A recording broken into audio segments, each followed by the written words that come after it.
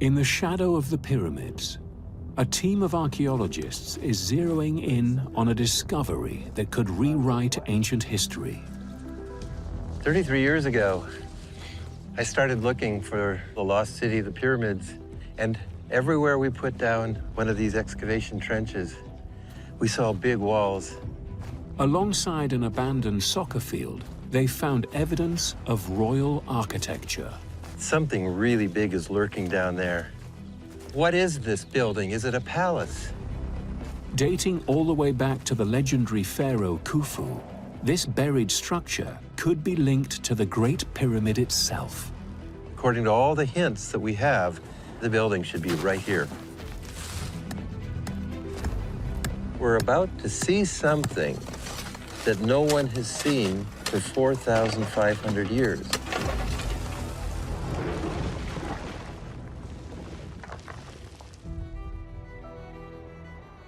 Giza. Today, a district of Cairo, home to over 4 million people. 4,600 years ago, the site of the ancient world's greatest wonder. The iconic Great Pyramid was the final resting place of the game-changing pharaoh, Khufu. When Khufu commissioned his tomb, nothing on its scale had ever been attempted. At 482 feet high, the Great Pyramid was the tallest structure on Earth for 4,000 years. Dr. Mark Lehner has been studying it his entire professional life. Well, it's hard to believe I've been here for 50 years. Now the pyramids are really kind of familiar. I mean, I probably know the Pyramid Plateau better than I knew any place where I ever lived. For Mark, the Great Pyramid's extraordinary engineering is just the tip of the iceberg.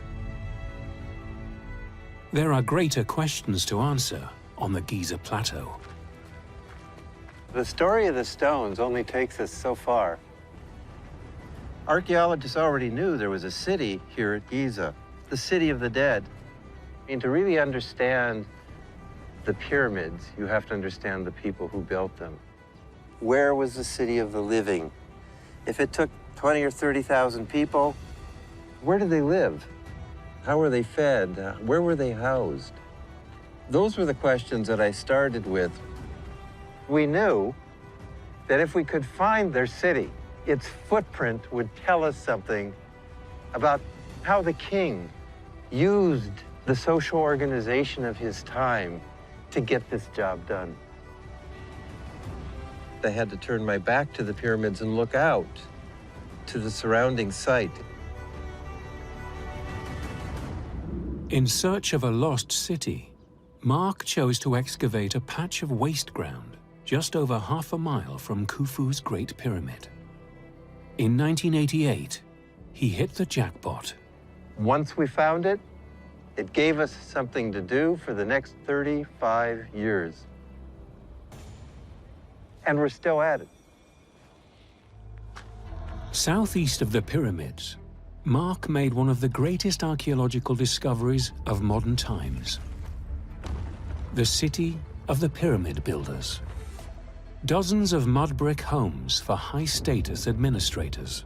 And at the center, rows of long, thin galleries with vaulted roofs.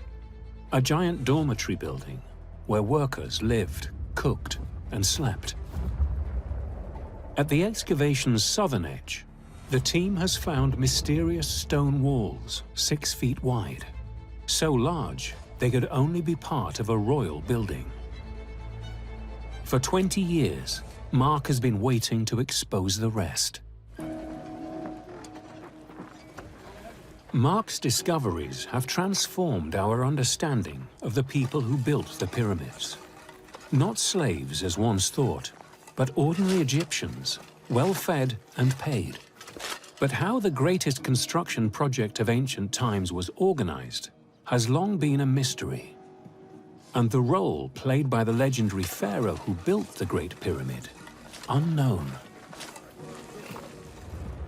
In an area surrounded by mud brick, the thick stone walls of the building stand out. They could be the key that unlocks Khufu's secrets. What is this building? Was it a palace? If so, what kind of a palace? For now, most of it is covered in at least a foot of modern soccer field mud. We like to be careful, but we're anxious to get aggressive. Go medieval on it. A geophysical survey shows an anomaly under the soccer field. Mark thinks it could be the structure's buried corner. If he's right, this would be the largest building ever found in the lost city. There's no doubt there's a building here. I'm almost certain. I mean, not almost certain. Certain is certain. Just a question, how big is it? Where does it go? And what is it?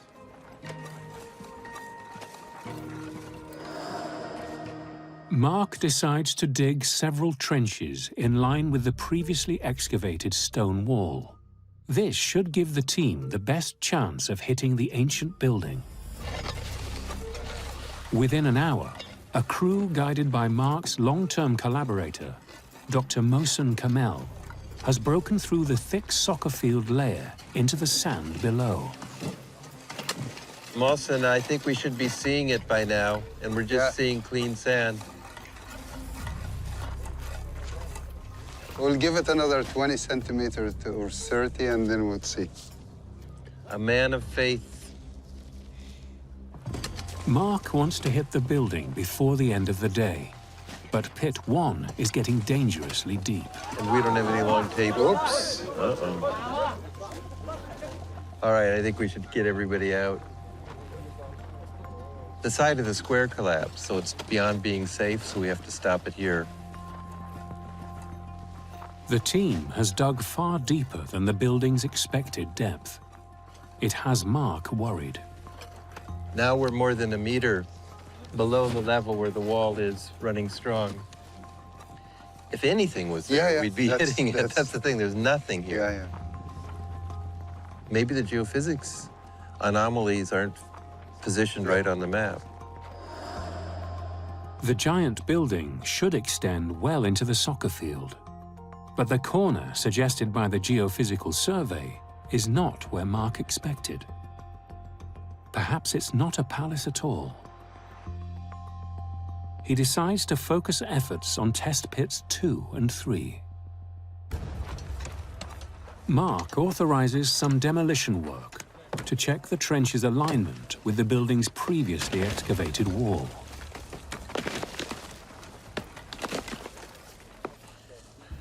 The line looks good. If the wall continues that far, we should pick it up. As the team prepares the ground for pit 3, the news coming out of pit 2 is also not good. Only 32 meters there.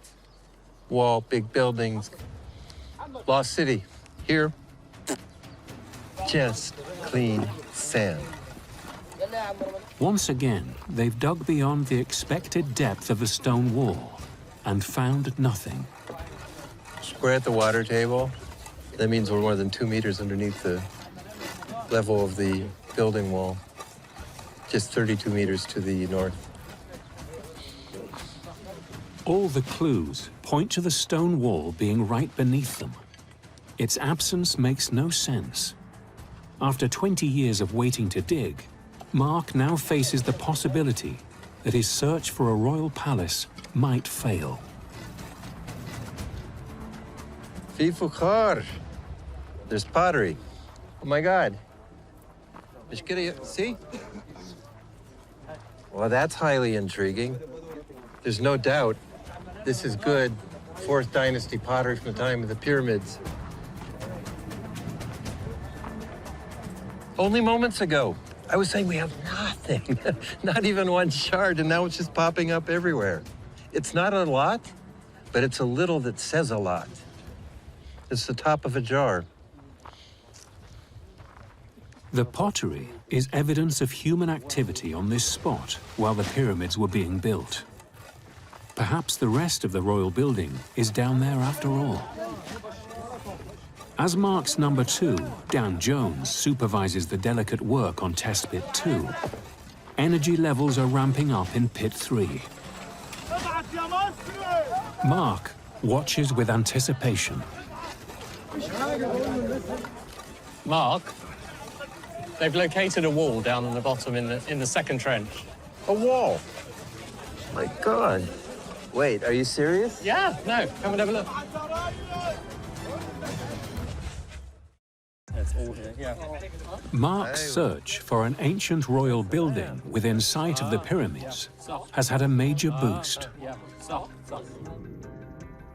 His previous excavations suggested the structure extended well into the soccer field. Now, they finally found stonework in the second test pit. But it's much deeper than expected, right down at the level of the groundwater. Oh, well, we got a wall. That's amazing. Am I on the alignment, though? Yeah, I think it's pretty much where we thought it would come. So we have the wall there only 32 meters away, something like 90 feet. Between there and here, we have some kind of ramping down by about 2 meters. Everything we see from here on out, no one will have seen in the previous 4,500 years. Mark has located the giant building beneath the soccer field, but it's 6 feet deeper here than at its northern end. Its western wall seems to slope downwards. The only way to explain why is to clear the rest of the soccer field and figure out whether this building really was a palace. To help him understand what might have gone on in the pyramid builder's lost city, Mark heads for Khufu's Great Pyramid itself. It's still the case that every time I come, I see something new that I hadn't seen before. And I've been here for 50 years. He's searching for evidence of the human effort required for the pharaoh's immense project. Almost the entire pyramid is built with stone quarried from the surrounding plateau. Most of the stone that we see on the pyramid today was never meant to be seen. But the base is clad in a different type of rock.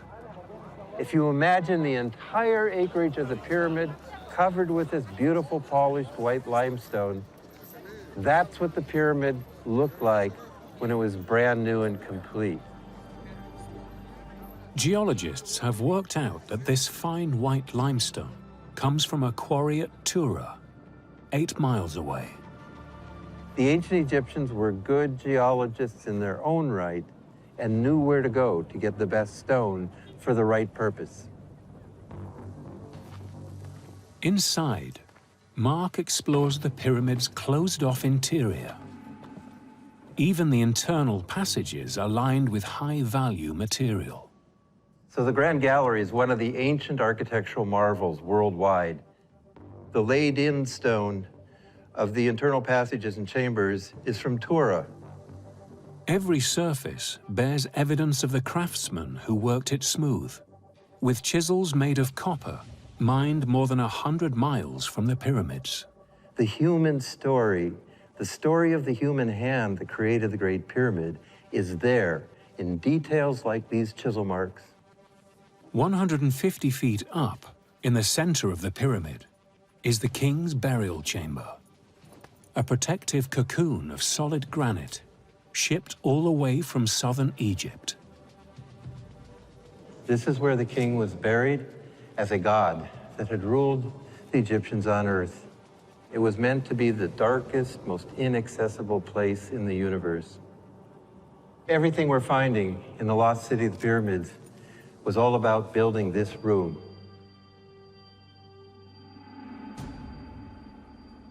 The Great Pyramid was an unprecedented engineering marvel, but it was also an extraordinary logistical feat. Egyptologists have long wondered how an ancient society organized a project that required resources from all over the country. In 2013, archaeologist Pierre Tallet chanced upon some astonishing evidence. In a cave on Egypt's Red Sea coast, he unearthed a cache of decaying papyrus documents. Unique and priceless, they're now kept secure in the archives of Cairo's Egyptian Museum. We knew that we had the most ancient papyri ever found in the world, in fact. It is the first real documentation that we have about the building of the pyramid. You have the cartouche of Khufu here, and here, for example, we have the pyramid.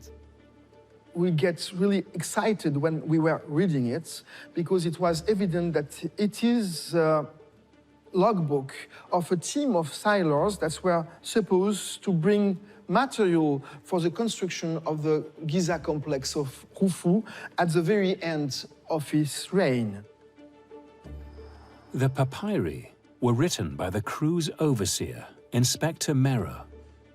The entries describe the team's movements as the final touches were applied to the pharaoh's giant tomb.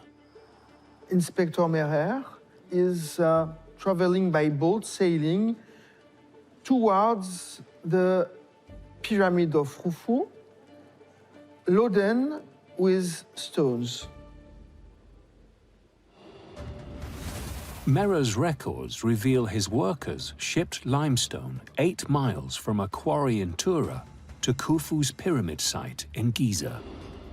His team may also have collected copper ore from mines on the Sinai Peninsula, which was used to produce vast quantities of chisels for smoothing the pyramid's fine casing stone.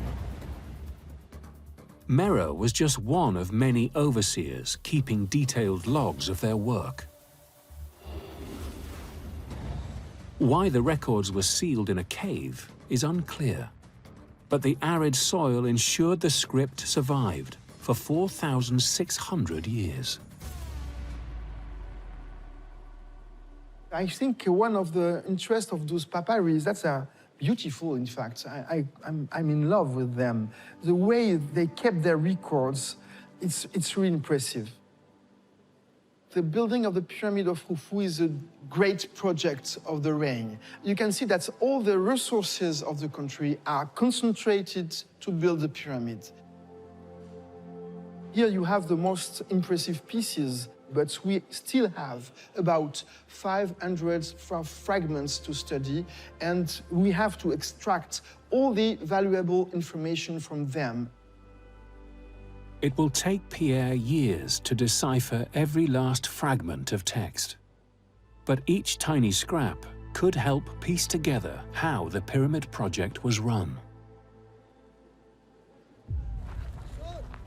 On the dig site, Mark's plan is to find out whether the building he's waited 20 years to uncover played a role in the pyramid's construction, and whether it's a lost royal palace. Under the supervision of Mark's longtime friend and colleague, Syed Salah, the team has shifted a 10-foot thick layer of sand and mud, massively extending the lost city site. It means he's exposed another 15-foot section of the mysterious stone building at its heart. The secrets at the center of the lost city are just beneath their feet.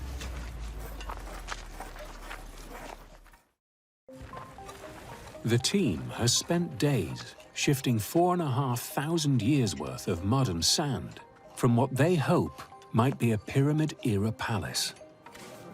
They're searching for evidence of the structure's purpose. With any luck, it will hold clues to the role this lost city played in turning the pyramid project into a reality. Immediately, they begin to unearth clues. The compacted mud seems to contain an unusual amount of stone. Not building material, something more valuable. There's just a tremendous amount of granite. Then we have alabaster, which is imported. The granite is imported from Aswan, 600 kilometers to the south. The alabaster is probably imported from Middle Egypt, maybe 200-300 kilometers to the south. The question is, why so much granite? Why so much alabaster? Shugulyan, yeah? So yeah, we're starting to find pieces that show worked surfaces. That's quite nice. The fact that it's got a flat work surface indicates they were making things out of this hard stone here. Is this a moment of discovery? Ada.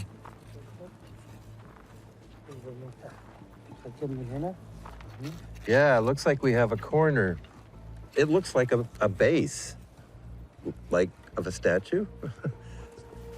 Whole mounds of stone are accumulating as we move in and under the soccer field. They went to great length to get this. Whole expeditions going down to Aswan and out into the Western Desert. The fact that we're finding so much of it, it's telling you a story. I think it's very possible that this whole part of the lost city of the pyramids could well be the industry for providing statues for the temples. Think of the clink-a-chink of hammers cutting this stone. It must have been truly an amazing experience to be here at that time. A few yards away from the buried cache of imported stone, Mohsen is working on a fresh find. Inside the giant building's perimeter walls, the team has come across a number of circular structures. See, here you scraping, and all of a sudden you see a difference in coloration, and you see a straight line. So that would tell you there was a brick here. Mohsen recognizes their form immediately. The Egyptian archaeological record is full of similar cylindrical structures used for storing food. But these silos are giant. Here, the diameter of these silos, or these structures, cylindrical, and the diameter is about 2.6 meters. Assume at least 2 meters high, if not more.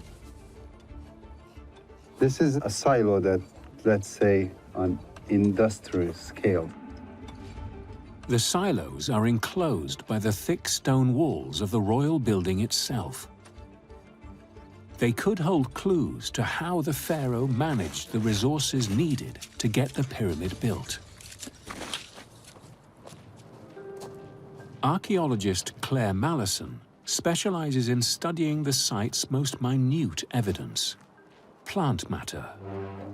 In the team's storeroom, Claire sifts through the soil samples taken from all over the excavation. She's trying to work out how an army of workers hauling stone could be kept alive. In the samples of dirt from the dig site, she looks for anything that appears to be burned. The burned plant remains will float because they're light, they're organic, and then we collect them in the sieve. Yeah, there's some little bits of charred remains in here. Fire turns the plant remains into carbon, preserving the shape of seeds, husks, and straw.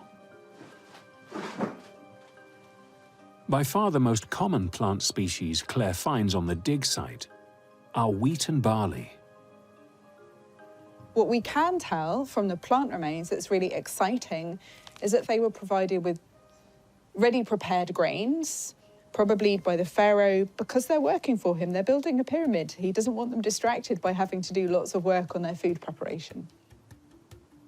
And grain wasn't only food in ancient Egypt. So we know that some points of history in Egypt, this is how people were paid. They were provided with grain as their salary. What the plant remains can tell us about our site is that it was a very important central place. There was a big supply chain from all over Egypt to the pyramid building site to support the workforce. Nile floods gave bountiful harvests of wheat, a staple crop on which the entire country depended. It was turned into bread and beer, sustaining the people of Egypt's farms and villages. But if kept cool and dry in silos, wheat grain could be stored for months, guaranteeing a supply of food during times of drought. Since grain was needed all year round, It was the ideal currency to pay the laborers working on the pharaoh's eternal tomb.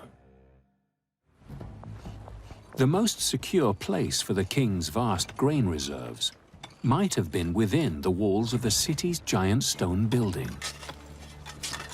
People were actually paid in grain, bread, and beer. So this is like the central bank that bankrolled the pyramids.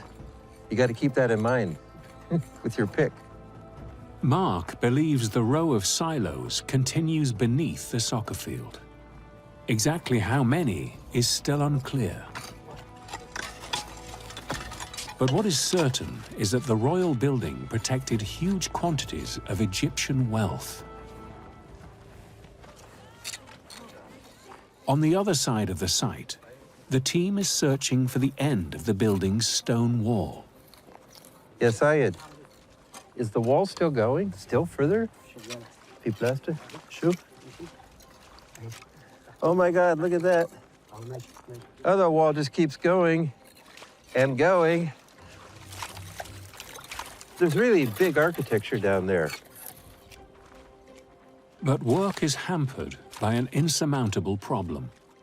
The wall continues to slope downwards, and although the area above ground may be arid, with winter approaching, groundwater levels are rising.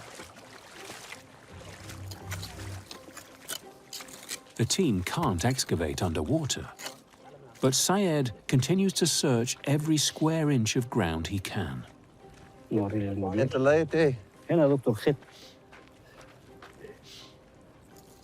Yep, just a little bit of a corner of a hieroglyph. Syed found this because he's got a really good eye. He's been doing archaeology for more than 30 years. What looks like an ordinary pebble turns out to be a small lump of hardened clay. They would block a door or a box or a bag with cloth, and they would tie string, and then they used this kind of clay to seal the string. So when somebody wants to open the bag, open the box, they have to break the clay. They are like our old-fashioned wax letter seals. Same thing. There's a vertical element and two little arms going up. And I think what we have is half of a sedge plant, which is the hieroglyph for Nisu, king. Possibly. Found inside an apparently royal building, in sight of the pharaoh's pyramid tomb, even tiny clues like this unlock the secrets of ancient Egypt's greatest monument. So little is known about Khufu that every scrap of information is vital. In the team's storeroom, Claire combs through the hundreds of ceiling fragments unearthed in 20 years of digging at the lost city. Those pieces found around the giant building could be a rich seam of information. They appear to belong to people in the service of the pharaoh. What we've got is each ceiling belonged to one person, and on it we have the job title, basically, and the name of the pharaoh he's working for. That's why they're so important for us. So this one is a particularly nice one, and it belonged to the keeper of royal instructions, scribe of royal documents. The pharaoh surrounded himself with high officials and advisors who ran the Egyptian government. These officials had unique hieroglyphic seals, like signatures, which they used to secure important documents, boxes, even doors. They were responsible for collecting taxes, monitoring the all-important grain supply, and managing the pharaoh's building projects. The top official was the vizier, effectively a prime minister, who oversaw the design of the king's eternal tomb, the pyramid. The ceilings suggest dozens of different officials roamed around the royal building, doing the pharaoh's bidding. Troublingly, the team has never found Khufu's name among the ceilings, until now. Hi, Claire. Hi, Mark. So Ali tells me we have Khufu. Yeah, looks like it. Wow, look at that. And there it is. You have the cartouche. Then you have the Kha sign, kind of like our KH. So Khufu, pretty clear. So this is the first time we've had a mention of Khufu in the ceilings. Keep picking away, and suddenly there's a clue, and then another one, and another one. And pretty soon it adds up. In this little daub of mud, has so many implications. Khufu's cartouche, among the debris of the royal building, is yet more solid evidence that the city was key to his project. At its center seems to have been a multi-purpose structure. Mark's evidence suggests not only was the royal building a vault storing Egypt's wealth, it was a hub for the pharaoh's powerful officials. Could this have been one of the most important buildings in Egypt?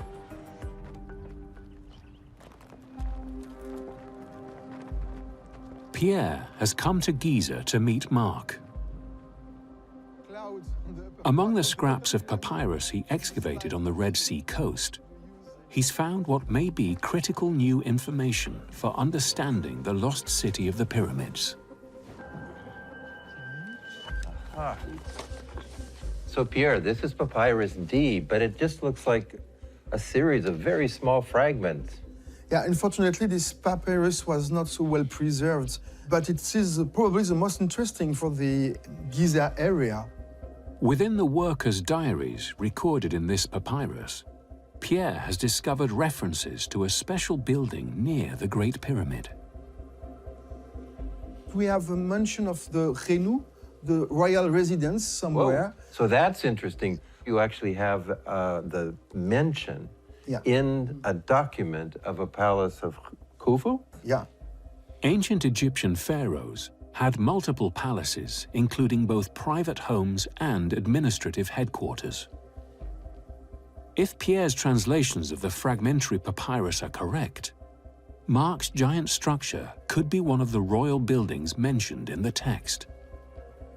And more details seem to support the theory. Anyway, what we have also in this papyrus is mention of other administrative structure. Like, for example, here you can see the granary.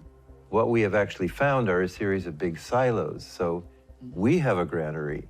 Is it possible our granary is the granary mentioned here? It's quite possible. It's really interesting when you can find a connection between archaeology and those texts. And, Absolutely. I mean, really for the first time, these texts are bringing people to life, the people who built the pyramids. The giant building beneath the soccer field bears all the hallmarks of a center of power. Thick walls and high security protecting valuable grain and stone. Adjoining buildings bustling with high officials. Could it be that it was an administrative palace, like an ancient west wing of the White House, from which the pyramid-building kings oversaw the construction of their giant tombs?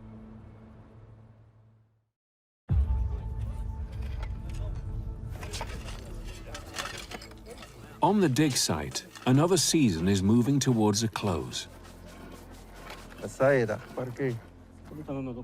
In the shadow of the pyramids, Mark and the team race to uncover as much of the giant building's footprint as they can. So, I see it. I see a turn here. I see a corner out there, but there's no doubt there's a beautiful line of a wall. You can even see the plaster render on it. Some people might think this is like watching paint dry. It's kind of like watching mud dry.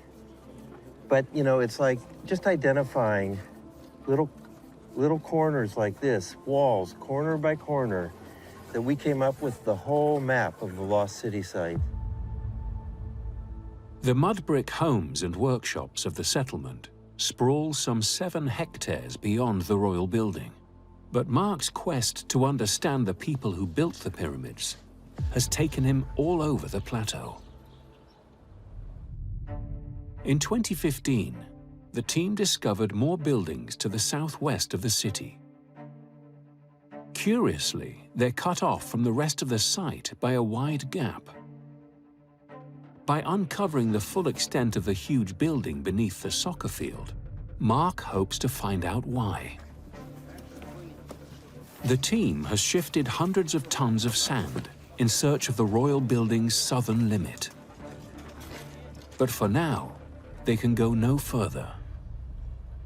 The wall dips continuously downwards in a series of terraces. They followed it all the way to the groundwater. But what at first seemed like an obstacle has given Mark an idea.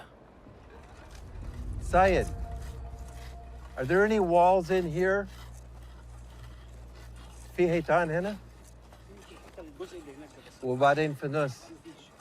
So now we've arrived at this big rectangular enclosure filled with groundwater. As chance would have it, the groundwater is just where we think the level of the Nile flood was in the time of the pyramids. If the building ramps down to the ancient level of the Nile River, it could mean that the structure fronted onto water. That would explain the location of the cut-off buildings compared to the city. They were separated by a harbor. It's known the Khufu diverted the west branch of the Nile and built a harbor to receive the heavy Tura limestone. But this would be a previously unknown dock.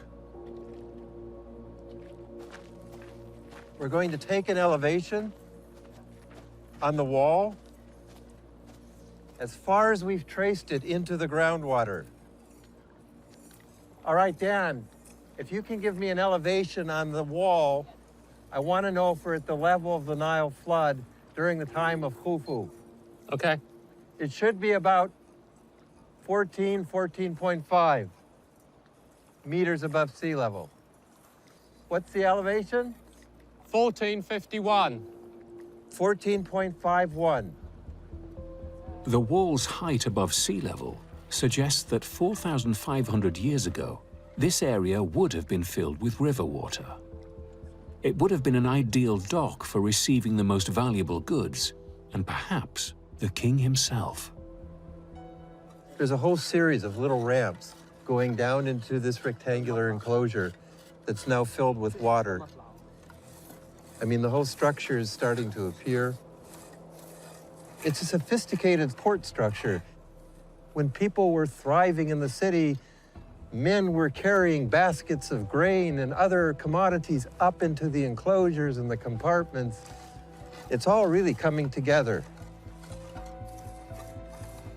The building's thick stone walls and the ceilings belonging to the pharaoh's administrators prove to Mark that the giant structure dominating the lost city was royal.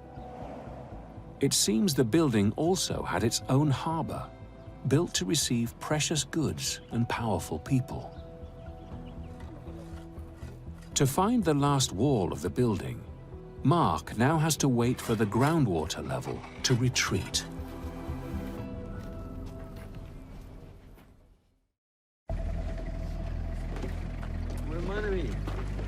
Nearly 4 months after Mark closed up the lost city site, the groundwater has finally dropped. Syed and the team scrape away the overlying mud to expose the ancient archaeology. Mark hopes it will reveal the rest of the giant building he's waited 20 years to unearth.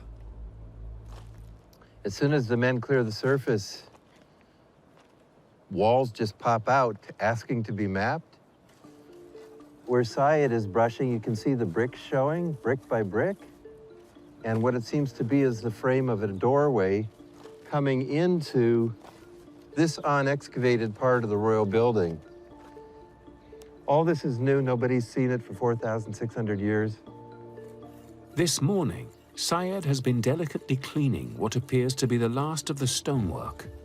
Where the stone wall peters out, he finds a telltale area of compacted mud. The royal building changes from stone to mud brick. And so the mud brick kind of fuses with all the disintegrated mud brick around it. But taking away the last of the sand, there is unmistakable the southeast corner, the end of the royal building. Having established the structure's limits, Mark and Dan can finally compare the building to the palaces and temples of later pharaohs and get a true sense of its importance. First time we've measured the north-south lengths of the royal building.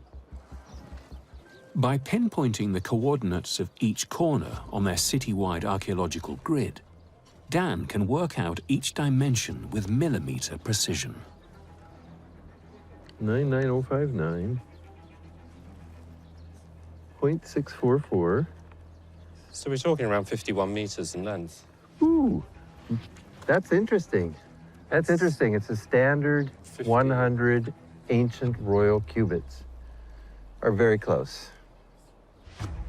The building's east-west measurement is equally impressive, at 140 feet. 42 meters, 75 centimeters, and 1 millimeter. It's as big as the biggest palaces that we know from ancient Egypt. Anyway, I happen to know the White House is 52.5 meters wide at the front. It's just comparable. It's a really large building.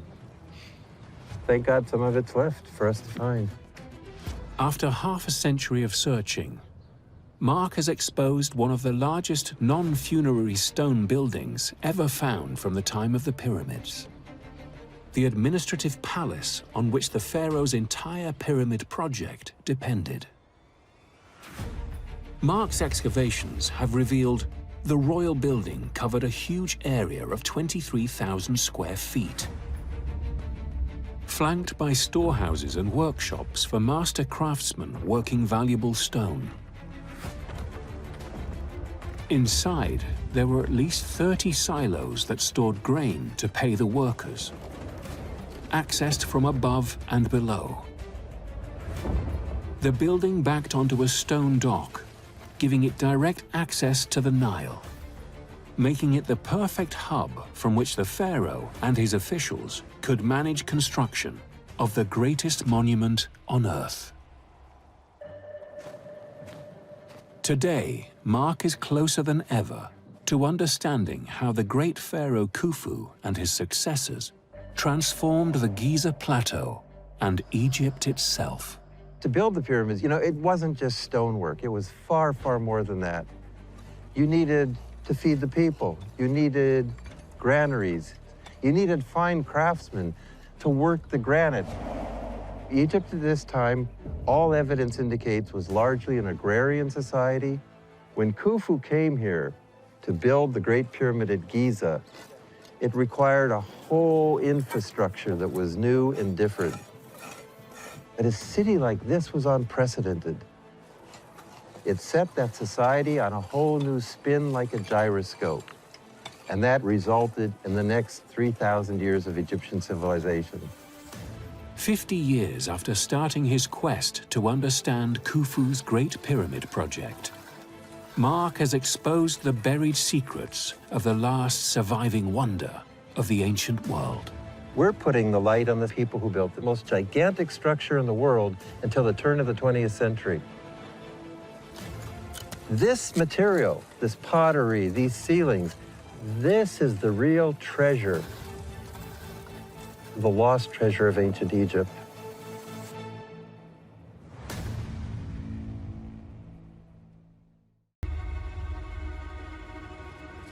Buried at the back of an ancient Egyptian tomb This is the first time that we found this. lies a mysterious sealed sarcophagus. I was really surprised. We had found sarcophagi closed, totally untouched. No one has seen inside for over 2,000 years. When we take out the lid of the sarcophagus, what happened, we don't know. They're hoping to find a pristine mummy, perfectly preserved for the afterlife. Wow, this is amazing.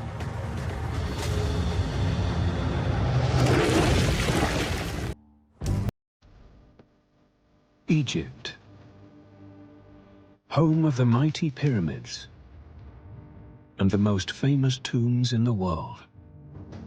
These iconic structures and the mummies they contain had a single purpose: to help ancient Egyptians overcome death and achieve eternal life.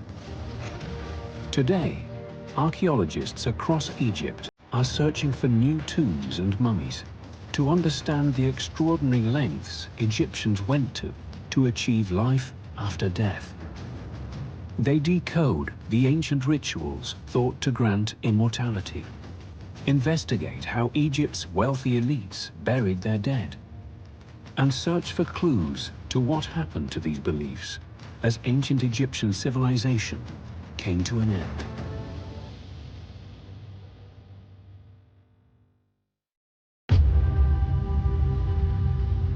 At the ancient settlement of Philadelphia, Egyptian archaeologist Bassem Gehad is excavating a vast necropolis buried beneath the sand.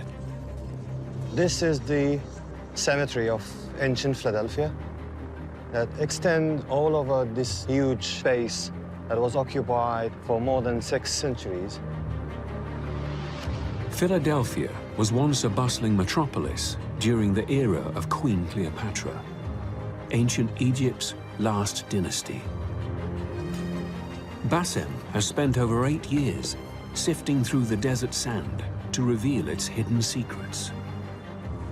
This site is outstanding because it's completely backed with thousands of tombs and graves.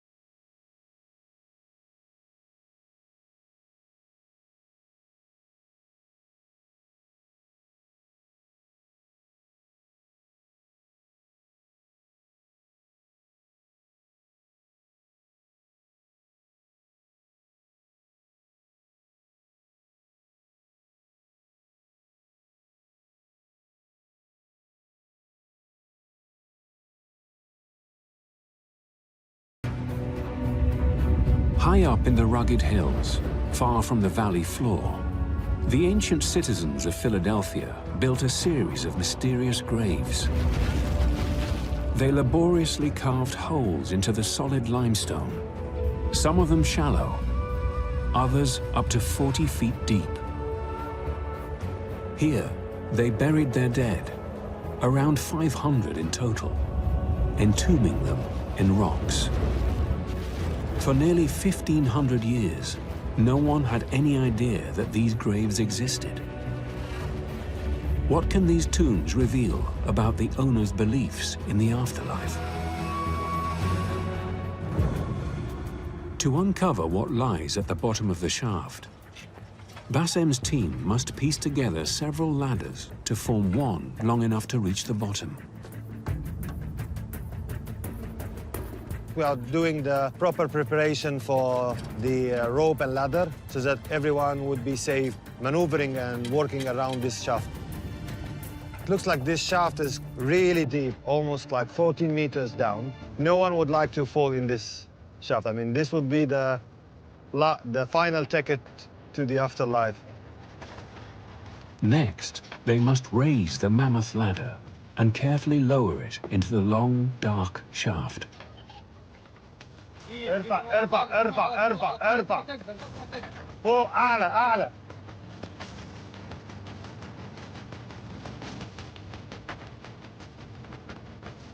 احكم حبلك احكم حبلك.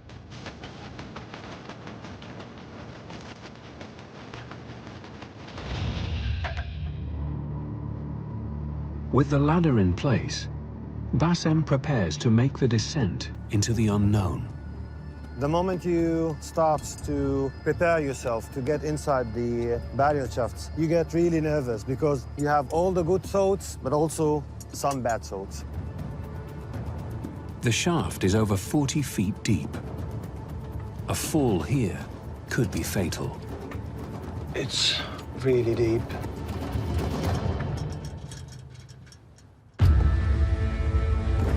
On the west bank of the Nile, near Luxor, American Egyptologist and vintage clothes enthusiast Colleen Darnell has come to the world-famous Valley of the Kings. Behind each of these doors lies a rock-cut tomb that can often go hundreds of feet into the bedrock.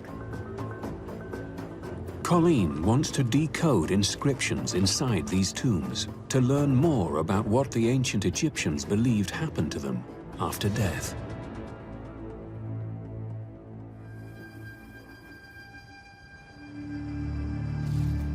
She begins at the tomb of one of Egypt's greatest pharaohs, Seti I. This is one of the most incredible tombs in the Valley of the Kings. The decoration is sumptuous. The tomb stretches over 450 feet deep into the hillside. Almost every wall is covered with inscriptions. The scenes and hieroglyphs on the walls of this and other tombs provide the most valuable sources for understanding the ancient Egyptian beliefs of the afterlife.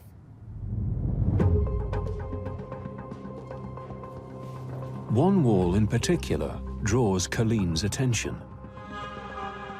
The hieroglyphs tell us that this is the ritual for the opening of the mouth.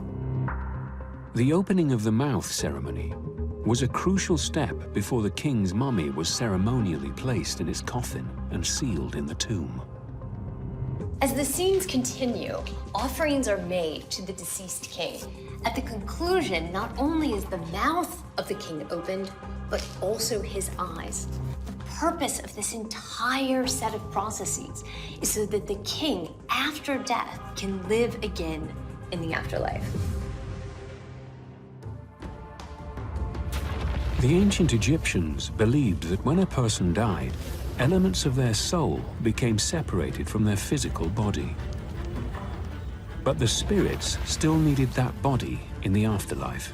So mummification made sure that the earthly remains stayed intact and recognizable.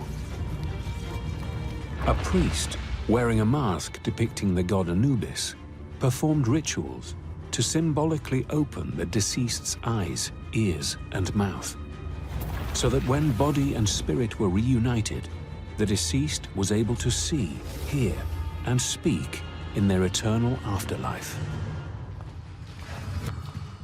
The ancient Egyptians believed that death was not the end.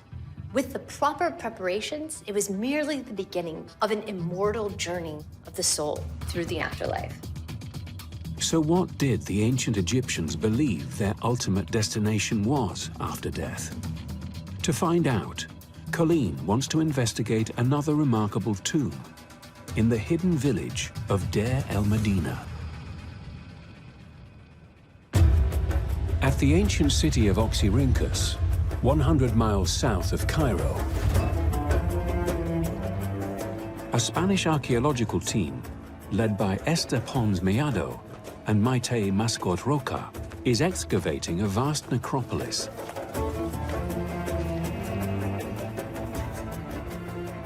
This is a very big necropolis, and with many tombs in different periods, more or less 1,300 years. Esther and Maite work for different Spanish institutions, but every year they join forces for a dig season in Egypt. They have worked together at this site for over 20 years. The people say that we are like her sisters because one is blonde, the other is brown the hair, and we have the same size. And they are two people in one. The relation with Esther is perfect, I think. We are sisters of Oxyrhynchus. Oxyrhynchus was a rich burial site used by wealthy ancient Egyptians from the era following Tutankhamun to the age of Alexander the Great and beyond. This season, Esther and Maite plan to excavate a new section of the necropolis. They're looking for mummies that tell them how Egypt's wealthy elite prepared their dead. We decide to work here. It's a new area, and we have another expectation. We don't know what we can find here. The team gets to work removing layers of wind-blown sand and debris from the new unexplored area of the site. We found the shaft. You can see the mouth of the shaft. The shaft marks the presence of an unexplored tomb. We know that we had found a tomb, but we don't know what kind of tomb. The tomb appears to be a large 11-foot deep hole cut into the rocky ground. Sand and debris still cover the tomb's floor. Okay, Salah, yes. It's Nino, yes. Okay, go there. The workers go down to clean. The workers quickly clear the loose sand from the tomb.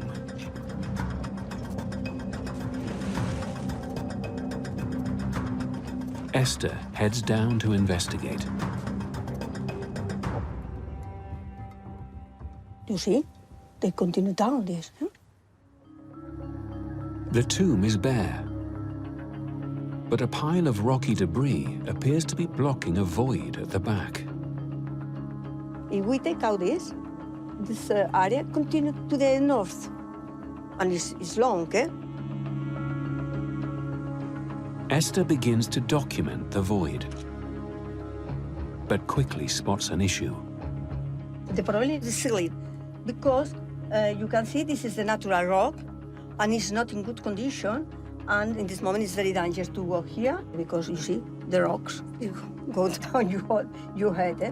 But of course you listen before go to the shaft. Esther needs to have the rocky ceiling inspected before it's safe to continue working in this part of the tomb. Only then can she find out what lies hidden behind the debris. We think we have more surprise in this area because it's amazing.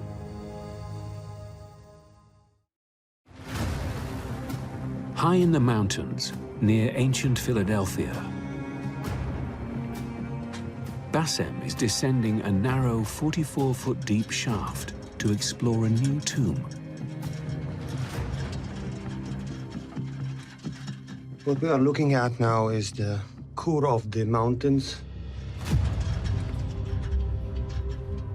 He's hoping to find a burial chamber with grave goods and mummies that date from the end of ancient Egyptian civilization.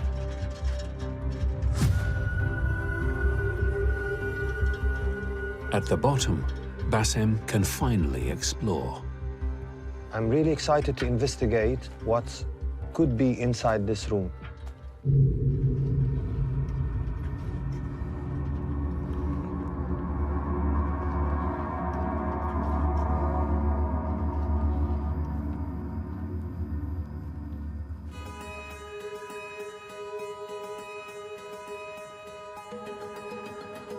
This is a Ptolemaic period oil lamp.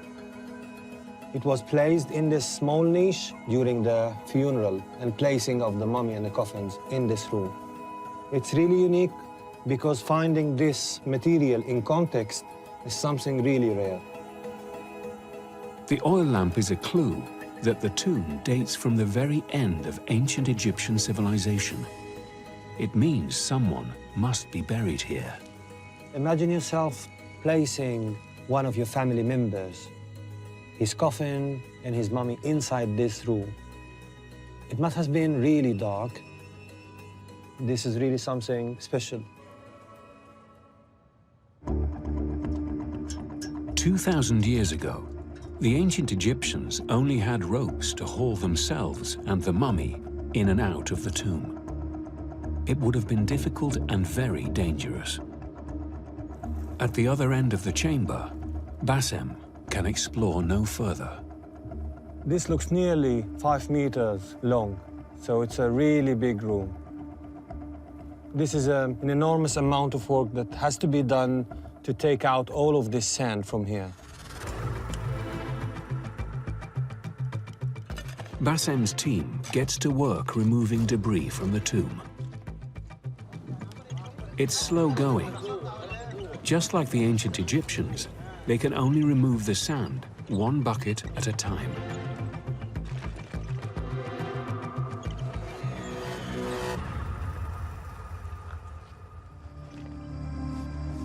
The workers spot something buried beneath the sand. It seems that we dropped into a place where there's sort of pottery assemblage. We need to clean all of this debris and then we start taking it out. We need to get this pottery as complete as we can see it now.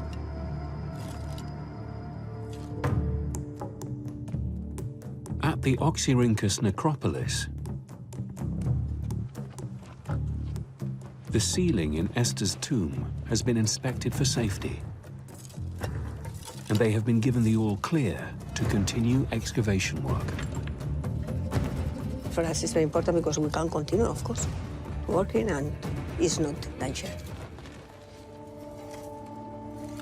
Esther is searching for mummies that tell her how Egypt's wealthy elite prepared their dead. Under the debris pile at the back of the tomb, the team has made an astonishing discovery. We found 4 mummies that you can see with the head to the south, with painting, with different with color. The skeletons of 3 adults and 1 child are covered in fragments of painted funerary wrappings. Being buried without a coffin or sarcophagus indicates that this was a poor, low-status burial. Perhaps the father, the mother, and the child, but this is not possible to know. And that's not all. Beneath the skeletons, Esther can make out 2 stone sarcophagi. Crucially, their lids are still sealed. I was really surprised because in this case, it's the first time that we had found 2 sarcophagi closed, totally untouched. Sarcophagi like these were only used by the wealthiest Egyptian elites. It's an incredibly rare and valuable discovery. This is the first time that we found this. Never has found in another part in the necropolis in Oxyrhynchus. When we take out the lid of the sarcophagus, what happened with it, no? This is a surprise. To find out what secrets lie inside the sealed sarcophagi, Esther's team must first document and carefully remove the mummies on top.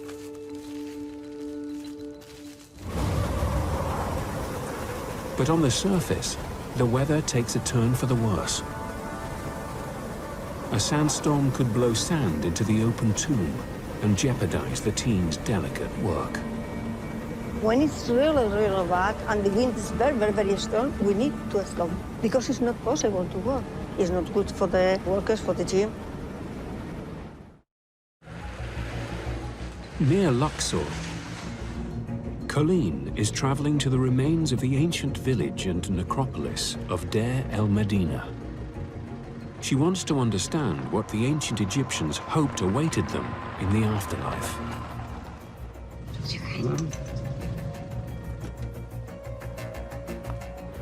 This remote village was home to the skilled craftsmen who built the pharaoh's tombs in the Valley of the Kings. Colleen heads to the tomb of one of the stonemasons.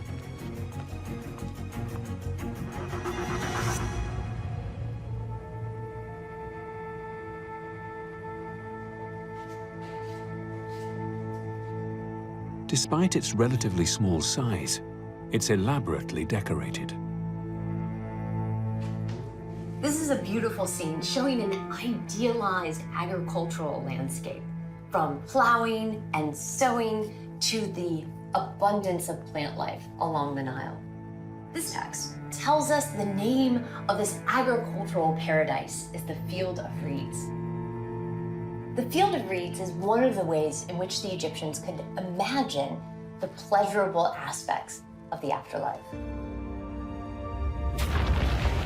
The field of reeds is an eternal green land of plenty, a perfect version of earthly life. Like the Nile Delta, it is a fertile haven where crops will always grow and magical laborers harvest and till the land for the deceased souls. Here, the immortal souls can live an everlasting life of luxury, hunting and fishing for leisure. But this idyllic paradise wasn't furnished with any home comforts, something the ancient Egyptians had to remedy themselves. Today, this tomb is empty, but when it was first discovered, it was intact, crammed full of objects that had been untouched for thousands of years. The tomb was discovered in 1886. The original excavators kept meticulous records of everything they uncovered. There are dozens of items in the list. A lot of them were intended for the burial, specifically made to be placed in the tomb. Some of my favorite are the tools the tomb owner used in life. His sandals and walking sticks, items that he wanted to have with him in the afterlife. The ancient Egyptians believed that any earthly possessions they put inside their tomb would travel with them to the afterlife. Beneath the temple-like tomb exterior, the vaulted burial chamber was richly decorated with murals depicting the deceased's life. The tomb owner's coffin was one of many, including members of his family, all stacked on top of one another. The rest of the tomb was packed with furniture, including a special funerary bed, chair, and 6 stools. The floor was littered with ceramics and boxes containing cosmetics. It was the family's earthly possessions, all crammed into the space of a removal van, ready to take with them and use in the afterlife. But Colleen spots another scene that suggests a luxurious eternity in the afterlife, surrounded by your favorite things, wasn't guaranteed. This scene shows knife-wielding gods that guard the portals to the underworld. For the ancient Egyptians, even if your mummy was perfectly prepared, there were still challenges before you reached the celestial realm. To understand what dangers awaited the deceased on their journey to the afterlife, Colleen wants to travel to one of ancient Egypt's most unusual structures.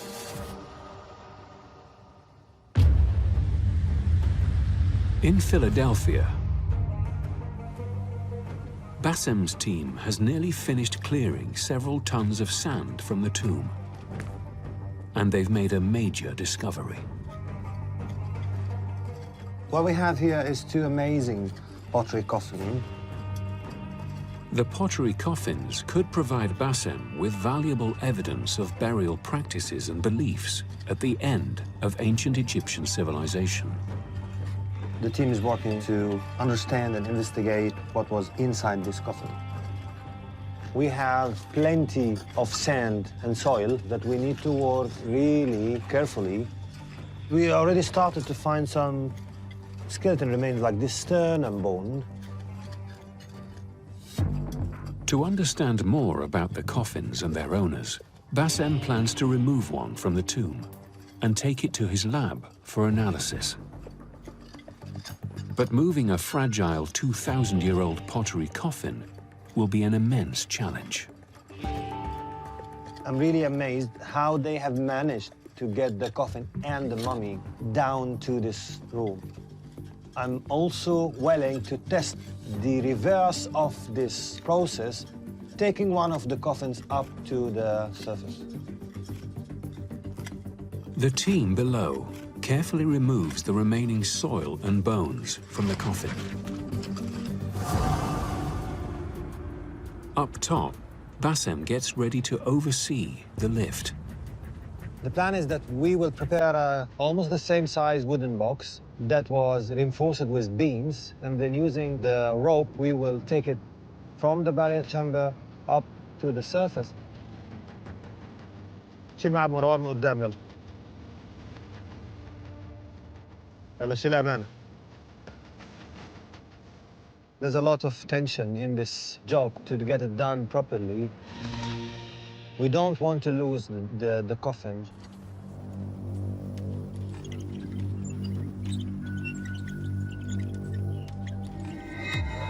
In the tomb below, the team carefully secures the fragile coffin in the padded box.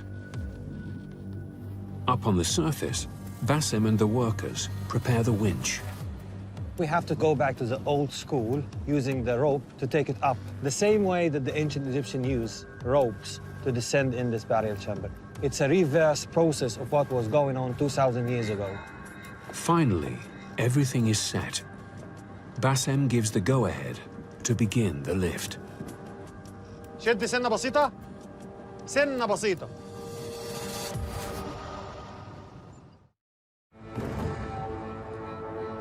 In Abydos, Colleen wants to investigate what challenges the ancient Egyptians had to overcome to reach the afterlife. Abydos was important for ancient Egyptian kings because it was the location of the burials of the first kings of Egypt, and it was very significant for their beliefs in the afterlife.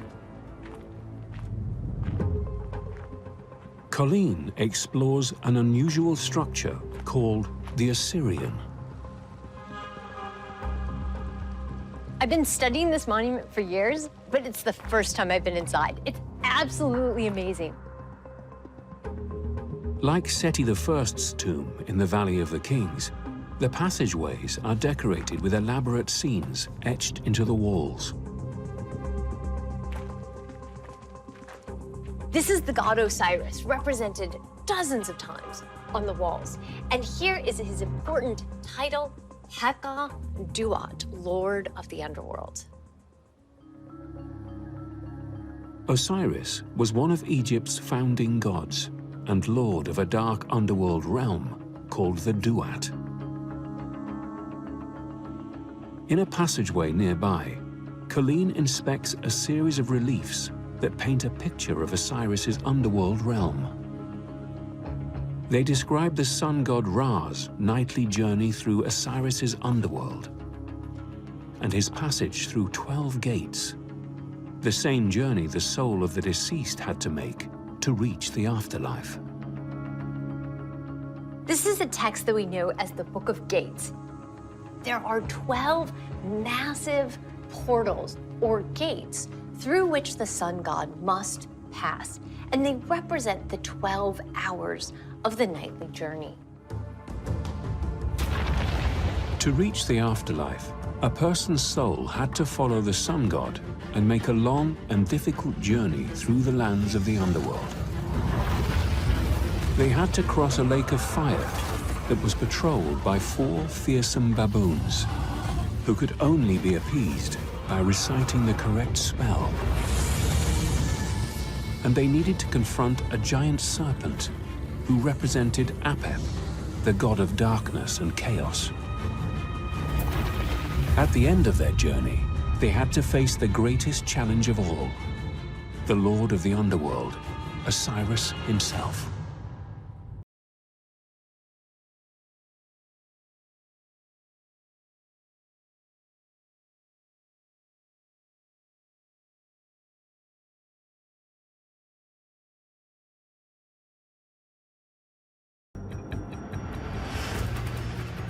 But if they made it through the underworld, even Ra couldn't help them with the final reckoning.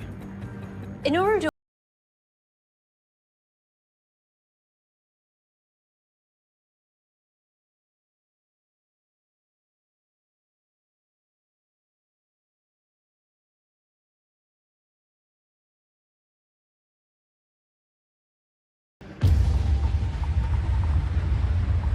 At the necropolis of ancient Philadelphia,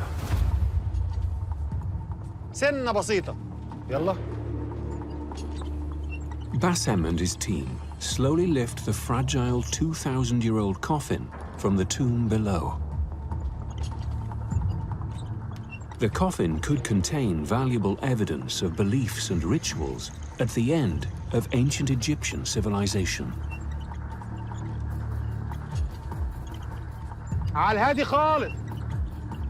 The shaft is less than 10 feet wide, and the walls are fragile. A slip with the box here could cause the walls to collapse, trapping the workers below. شد يا بابا ارفع يا حمدي.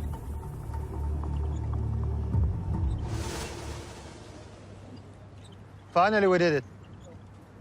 Reborn of the coffin. The team prepares to take the coffin back to base camp. It's been very stressful doing this job. Finally, we can call it a day, and we are ready now to take it to the dig house so that we can study.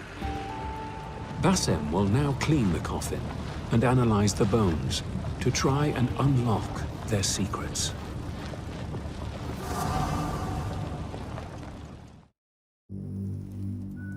In Abydos, Colleen is exploring the long, dark passageway beneath the Assyrian.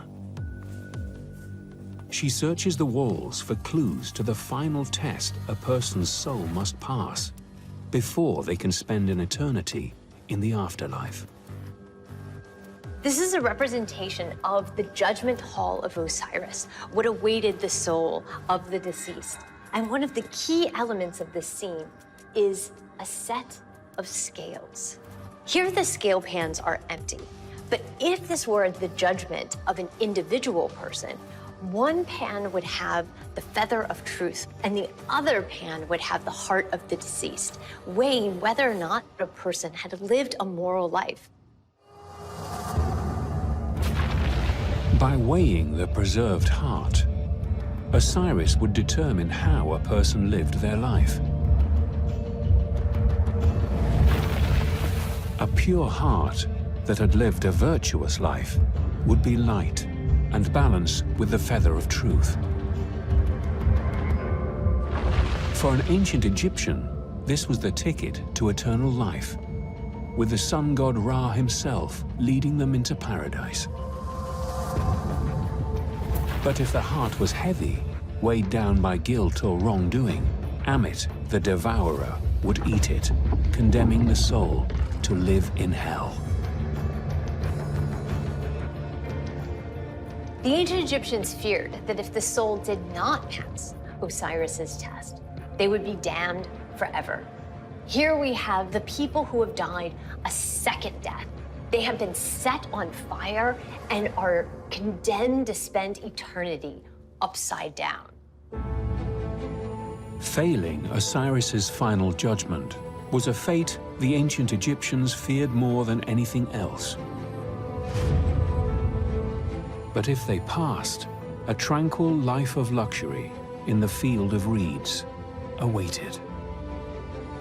What determined whether or not the Egyptians enjoyed an eternal paradise was the morality and the decisions that they made during their earthly lives.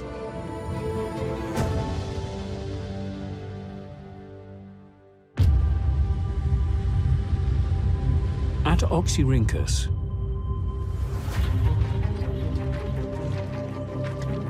the sandstorm has passed and the sun beats down on the workers once again. In the tomb, the anthropologists have removed the skeletons. Esther and Maite are thoroughly documenting the outside of the sarcophagus before they open it. Now we are cleaning the lid, and after 3 minutes, 4 minutes, open. They hope the sarcophagus will contain a wealthy, ancient Egyptian elite's mummy. We are doing a photo, A lot of photos. a lot of. But before the team opens the lid, they need to put on protective masks. It's dangerous because the air has been many, many years inside this closed. Sealed ancient burials like this can contain dangerously harmful bacteria and mold. Now, Esther and Maite can finally open the sarcophagus and reveal any secrets hidden inside. No. Espera un momentito. No, espera. Esther spots a problem with the lid. Look this. This is part of the lid of the sarcophagus, but this limestone is very bad. No, no, no. Como que no? No, it's not possible.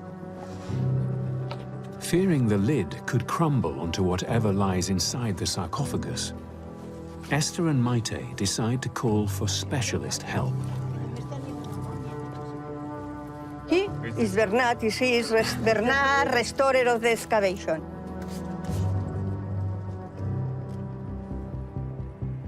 Bernard confirms that they can't risk taking out the sarcophagus lid in one go, so they carefully remove it, piece by piece, instead. This is amazing. Wow, beautiful.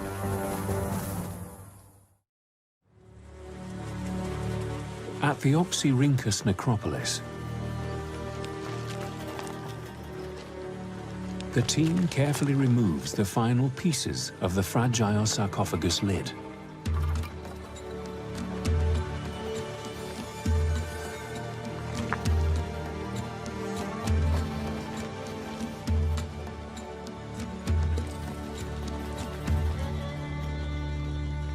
Wow. Very good. Very, very good. Inside, there is a mummy with all the cartonized bandage with color blue, red, cream, and black. It's very, very, very beautiful. I think it's complete. It's a stunning find. An intact and richly decorated, high-status mummy. I'm very excited. I'm very happy also. The mummy is covered in an elaborately painted funerary wrapping called a cartonnage. Its colors are still vivid after more than 2,000 years sealed away inside the sarcophagus. See, one of the big discoveries in Oxyrhynchus, really, because it's the first time you have found this kind of mummy with the cartonnage, with the color, the decoration of the cartonnage, and complete. The mummy's opulent cartonnage indicates that this ancient Egyptian was part of the wealthy elite. The exquisite decoration offers a valuable insight into how wealthy ancient Egyptians prepared for their afterlife. The cartonnage was mostly made from linen or papyrus. Covered in plaster, it was molded to the shape of the mummy beneath.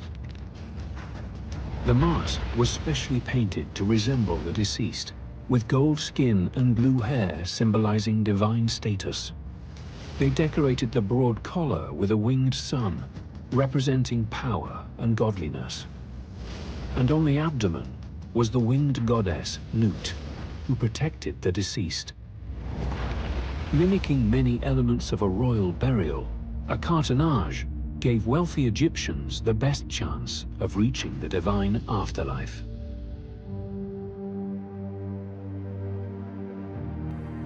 For them, it's very important to be protected with the gods and with the goddess. It's very important in the afterlife. This wealthy individual could have afforded a rich and comfortable life, and they used their wealth to ensure their death was comfortable too. It's amazing, and it's very important for the history of Oxyrhynchus. It's for us very exciting to discover this. For my day, for me, it has been wonderful. Today have a very special day. At Bassem's base camp in Philadelphia, the team is analyzing the pottery coffin, grave goods, and the skeleton found inside the tomb. Bassem hopes they offer clues to ancient Egyptian beliefs at the end of the civilization. Now we know that he's a male from the investigation of the skull and also the pelvis. Looking through the teeth here, it's clear that he has a very good condition teeth, meaning that he was fed very well. The teeth indicate this was a wealthy individual who could afford a substantial diet, a theory supported by the size of the man's coffin. This is one of the largest examples of the pottery coffin that we have ever found in this cemetery. So this gigantic coffin was made specifically for this guy. The collection of the material, including the human remains, coffin, and everything fits very well with the early Ptolemaic period. These people might have been those who witnessed the early days of Philadelphia. Bassem believes the coffin, grave goods, and partially mummified remains date from near the end of ancient Egyptian civilization. But the tomb's deep shaft, cut into the bedrock, and evidence of mummification are much older burial practices that were popular for thousands of years. People were keen on having the same kind of rituals and were following the same tradition of the pharaonic period during the early Ptolemaic period. The Ptolemaic period was ruled by a dynasty of Greek pharaohs. But Bassem finds no evidence of Greek influence amongst the objects from the tomb. So one of the interesting finds that we have found is this pot with the coin inside. Placing this coin into the coffin is really important. Placing a coin with the deceased was originally an Egyptian burial custom, but the practice went on to become a popular Greek tradition. It's like the ticket for the afterlife. Bassem's finds reveal that even at the end of ancient Egyptian civilization, belief in an afterlife was fundamental. And how your body was treated and the tomb you were buried in were critical to achieving immortality. This belief was so strong that it even influenced later civilizations. They don't consider death as the end of anything. They consider death as a gate for another life. Today, archaeologists are uncovering new information about the elaborate rituals and vast resources ancient Egyptians devoted to achieving life after death. The wealthiest filled their tombs with offerings and covered their bodies in lavish cartonages so the gods would help them on their way.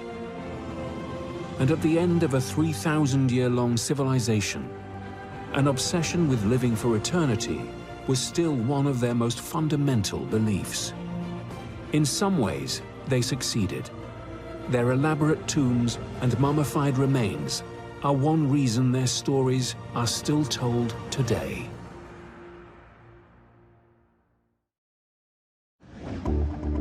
In one of Egypt's most sacred burial grounds,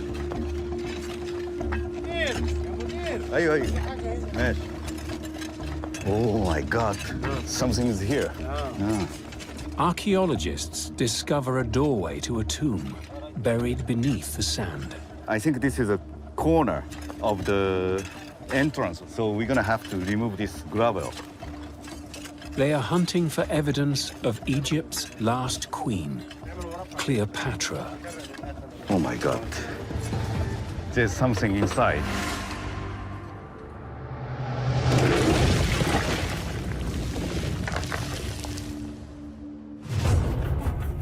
In ancient Egypt, one name has passed into legend, immortalized in plays, books, and Hollywood film: Cleopatra. But the real Cleopatra is an enigma, and even during her own lifetime, she was shrouded in myth. Today, archaeologists across Egypt are searching through the rare clues left behind in temples and tombs to discover the reach of Cleopatra's power and reveal how much of her legend was propaganda, created by her political rivals in a quest to uncover the real queen behind the myth.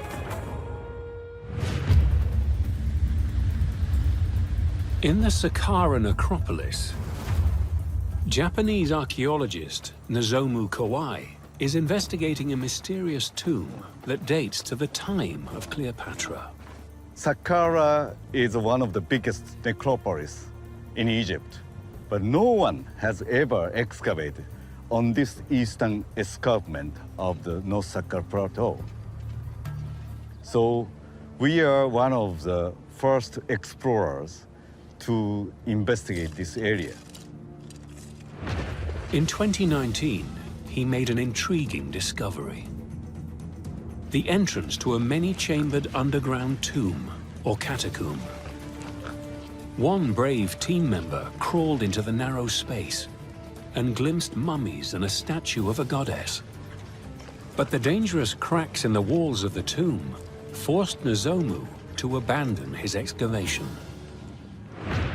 4 years later, Nozomu is back to finish the job, and he's hoping to find evidence of Cleopatra's mythology within her own lifetime at this ancient and sacred burial site. We haven't been able to excavate here for almost 4 years due to the COVID-19 pandemic. So we are very pleased to be back. But getting inside the tomb won't be easy. On the eastern edge of the necropolis, a vaulted mud brick corridor with stairs leads down into the rock itself. Inside, a tunnel plunges into the cliff, the front half filled with wind-blown sand. Further back, at least 3 burial chambers branch off it. Nozomu hopes they contain clues to who was buried here. But after 2,000 years, the rock is dangerously weakened. The slightest disturbance could bring the roof crashing down, trapping its secrets inside forever. Nozomu has enlisted the help of Spanish architect Ignacio Forcade to strengthen the tomb without damaging the delicate remains inside. It is probably the most dangerous place I have worked so far. You really feel that those stones can fall at any moment. Ignacio constructs a multi-layered web of metal beams in sections. This should hold the fragile ceiling up, but they need to be careful where they place the supports. Where we're supposed to put the legs, there's human remains, there's archaeological stuff, so we cannot do it as free as we would want. You go first, I'll follow you. The team carefully welds the sections together. At the back of the tomb, there have been some serious rockfalls. It's not for the faint-hearted. This stone probably is around 1,500 kilograms or something like that. So at any moment, they can fall down. Finally, they install adjustable legs that can extend and move as the team clear the sand from inside. Okay, now it's in place. So now it's working. It has taken 2 long months, but finally, the tomb is safe. At the very back of the chamber, Cleopatra's subjects lie undisturbed since Nozomu's discovery in 2019. He calls in mummy expert Salima Ikram to make sense of the jumble of remains. This is amazing. At the Dendera temple complex, Egyptologist Meredith Brand is in search of the beginning of the Cleopatra legend. She's looking for one of the only images of the famous queen from before she came to power. She starts at the imposing temple of Hathor. It's absolutely stunning. I think this is the most beautiful temple in all of Egypt. It's just remarkable. It was built by Cleopatra's father, Ptolemy Auletes. This temple represents the moment in time power passes to Cleopatra. This is where her legend begins. Unlike many pharaohs, there are very few surviving images from Cleopatra's lifetime. But Meredith is looking for one, hidden in a concealed chamber in the heart of the temple. There's this secret chamber, and no one has access to this. It's so rare to get inside. I've never been in.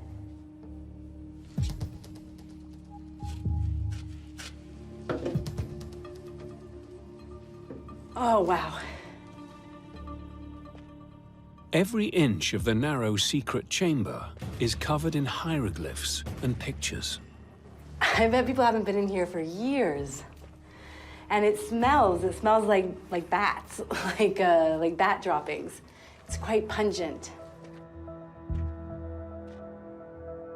And what's this here? Okay. This is the figure of a woman. And above that are hieroglyphs that say the ruler of two lands. The image bears no name, but there's good reason to think this might be Cleopatra. We know that Cleopatra's father built this temple, and he built it in around 54 BC. And at that time, there were only 2 royal women alive. So this could very well be an image of Cleopatra from the time of her father, Ptolemy Auletes. This is Cleopatra yet to be Cleopatra. This is her beginnings. Cleopatra VII became Queen of Egypt at the age of 18 and ruled alongside her 10-year-old brother. After a brief reign, Cleopatra was ousted and forced to flee to Syria. But she formed an alliance with the Roman general Julius Caesar, and together they crushed her brother's army. Reinstated on the throne, Cleopatra ruled over Egypt for another 17 years and became the legendary queen we know today. This image was probably commissioned by Cleopatra's father when she was young. Temple imagery was an important way for pharaohs and their families to project their power and connect with the gods. If this is Cleopatra, she already has an affinity, a connection to the goddess Isis.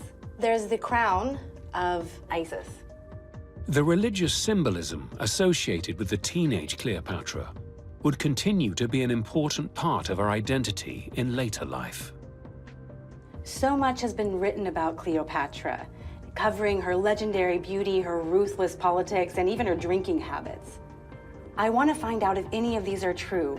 I want to find out the woman behind the myth.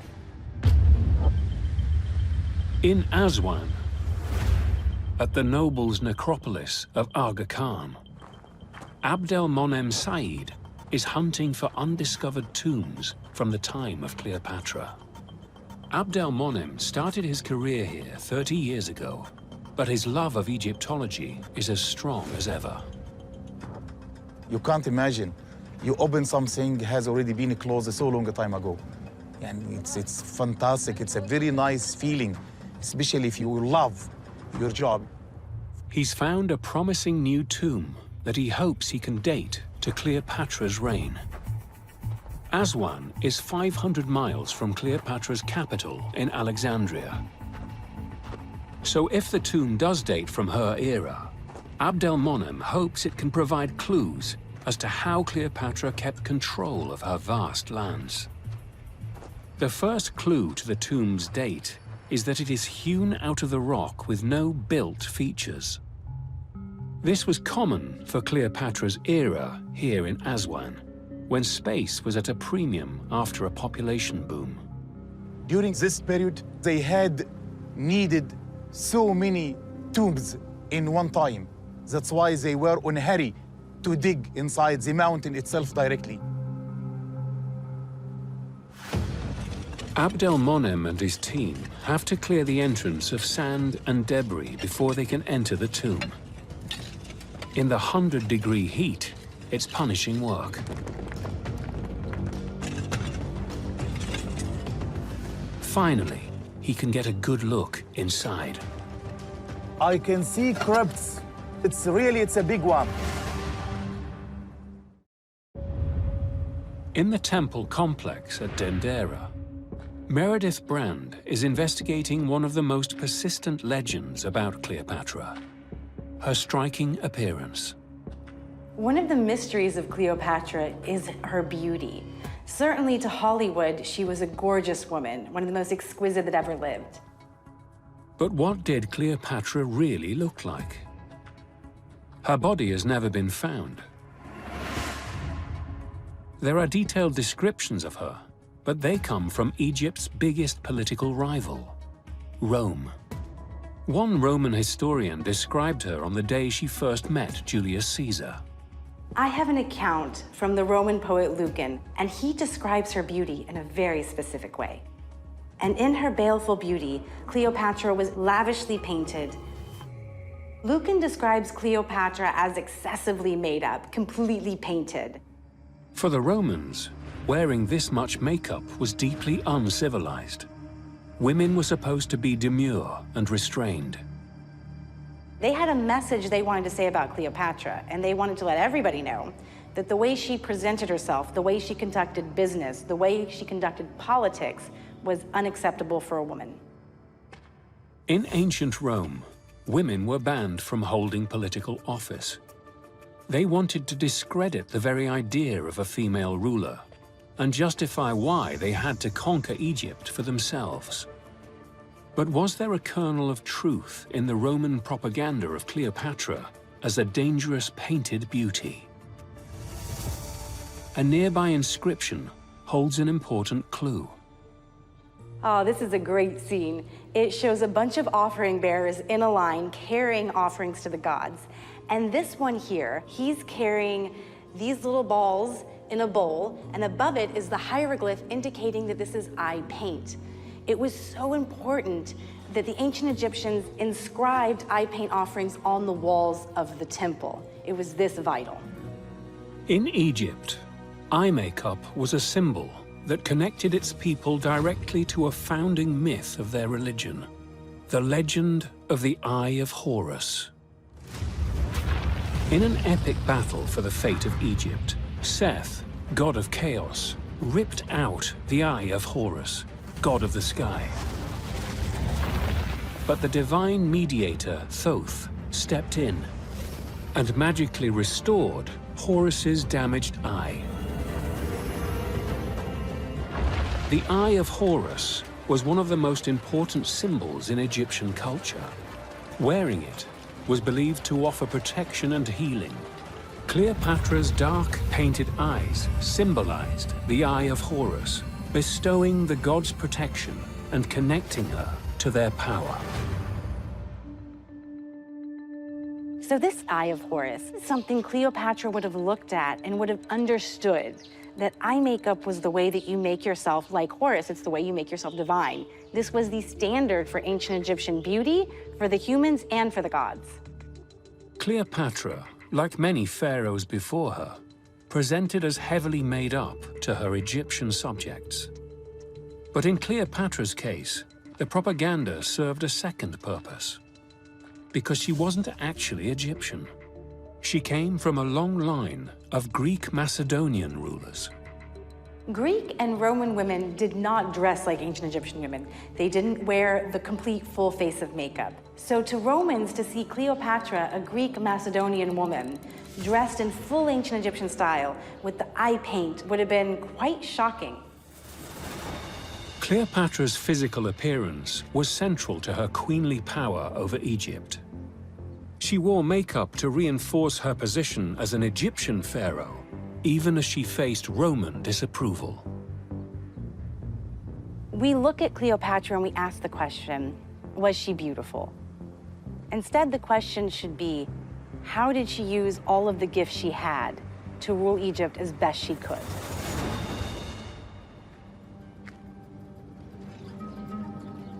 In Saqqara, mummy expert Salima is trying to make sense of the dozens of coffins and skeletons in the catacomb. This catacomb is fabulous. She starts at the rear, an area that the sand drifts from outside haven't reached. She wants to understand more about the people this tomb was originally built for. You've got this Greek facade, and you've got the name of the deceased over here, and there's some Greek text up above, which is very, very eroded. In the time of Cleopatra, you get this cocktail of ancient Egyptian and Greek traditions. Each original burial in this catacomb was sealed into a side chamber and then marked with the name of the deceased in Greek. Cleopatra installed elite nobles in position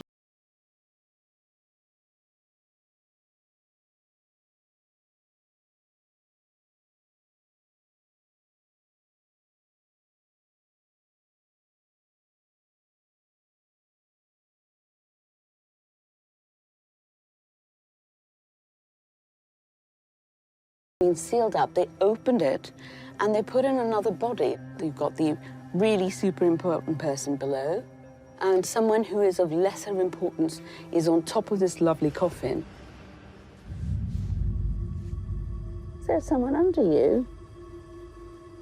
There are two mummies. There's one mummy like this with a head here, and the other one with a head here. So it was quite a crowded coffin. This catacomb was crammed full of bodies. By the time of Cleopatra's reign, Egypt's most prestigious burial plots were regularly reused. And the fact that this tomb was so popular indicates that people who built it had some influence or power. If you think that the person who's buried is important and powerful, then maybe their magic, their protection, both in this world and the next, would be something that could be extended to both you and your family. While Selima is looking at the mummies, Nozomu starts an investigation into an anomaly by the tomb's entrance. Here, we have bedrock and white plaster, and stones completely different from the bedrock. He hopes the layer of plaster is covering an entrance to an undisturbed burial chamber. I have worked in Egypt more than 30 years. This is the first time for me to encounter such unsealed burial chamber. I'm really excited to explore this. In Aswan, Abdelmonem is inspecting a tomb that he hopes dates to the time of Cleopatra. It has many niches, which means also it was a family tomb, not just a tomb for one person. He decides it's safe for the team to start work inside. I thought that it was a tomb for one person, but something unusual that we found. The tomb is full of wind-blown sand and debris, and they have to clear it all. We should be careful with every centimeter of sand we remove. Anything, small beads, small ostraka, can show us the history of the tomb.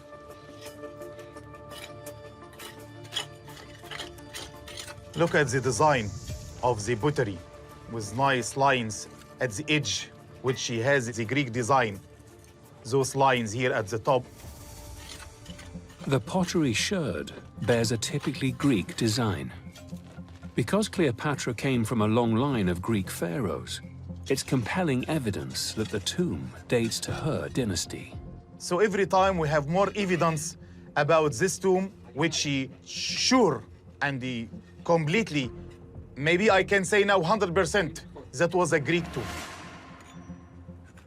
But the team needs more evidence to connect the tomb to Cleopatra. Wow. I think it can be a part of a column of the crypt itself. As we can see, that is not just the stone itself. No, they started to smooth this face of the stone. They started to add a little bit of the plaster on it. Ancient Egyptian tomb builders used plaster as a base for inscriptions. He couldn't inscribe on the granite directly. It was so difficult. So they had to cover the tomb by plaster made of mud brick and a little bit of sand to be easy for inscriptions. There should be hieroglyphic inscriptions between the two lines. But unfortunately, because it hadn't been finished, so they didn't start the inscription of hieroglyphic between the two lines after they prepared. There are no inscriptions on the plaster. a sign the tomb owner died before the structure was finished. It's a setback for the team. They continue digging, hoping for more clues. Good, very good. Wow.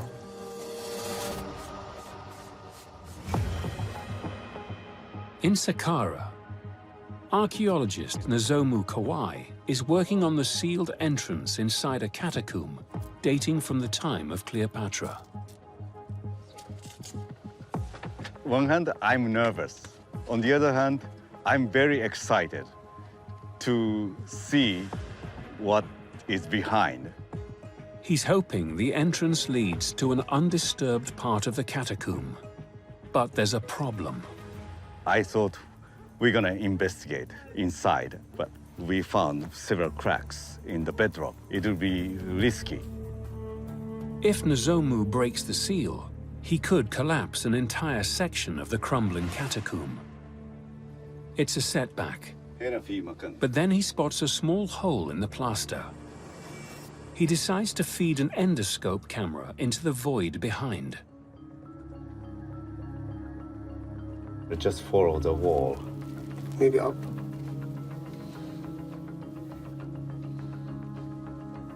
Yes.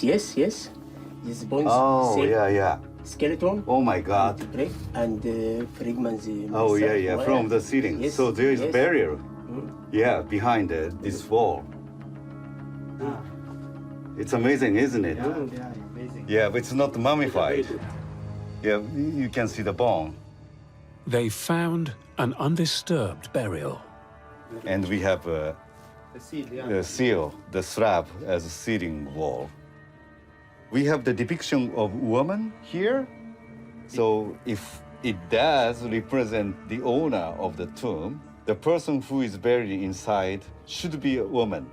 I think this catacomb was originally made for the family burial. For now, Nozomu can go no further. But he wants to find out if this family, buried in one of the most sacred sites in Egypt, embraced the ideas and mythology of Cleopatra. So he brings in the rest of the team to excavate the debris that has built up in the catacomb's central tunnel. They check every inch of the sand they remove for precious artifacts. It looks like a part of the coffin.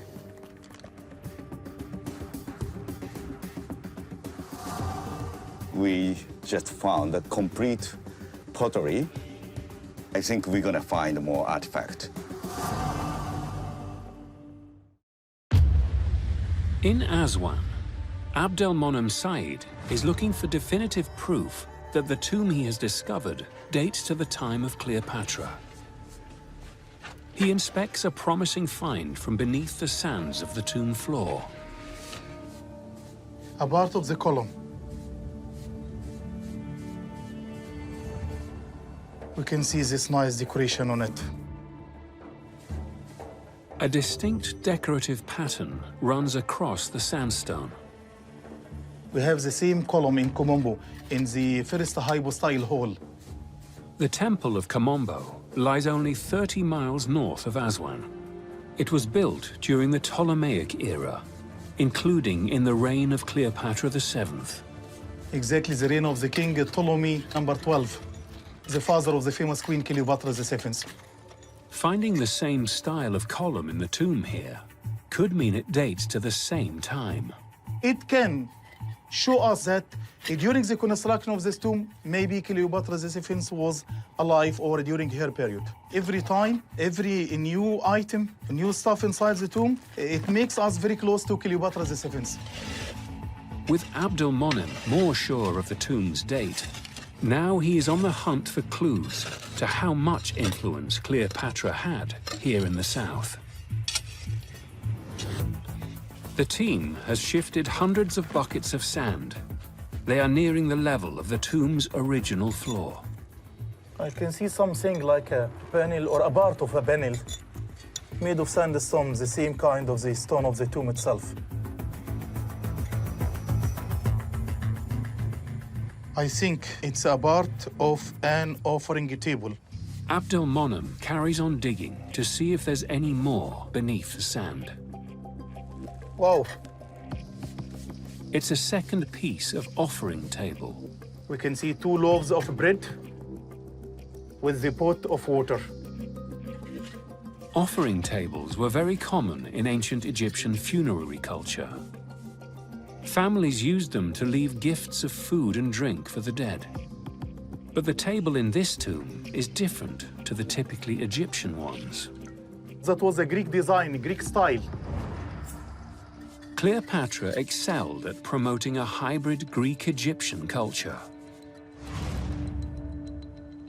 Abdelmonem's finds suggest that her subjects even embraced these hybrid ideas here in Aswan, 500 miles from her capital.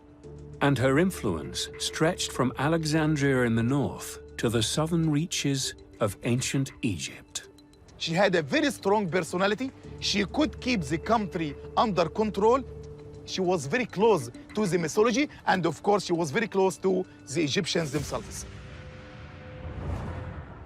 In Saqqara, Nazomu and his team have continued to excavate the sand from the tomb's entrance, and they've made some astonishing discoveries. They are analyzing the artifacts in their pop-up conservation tent. The star find is a set of 5 small statues.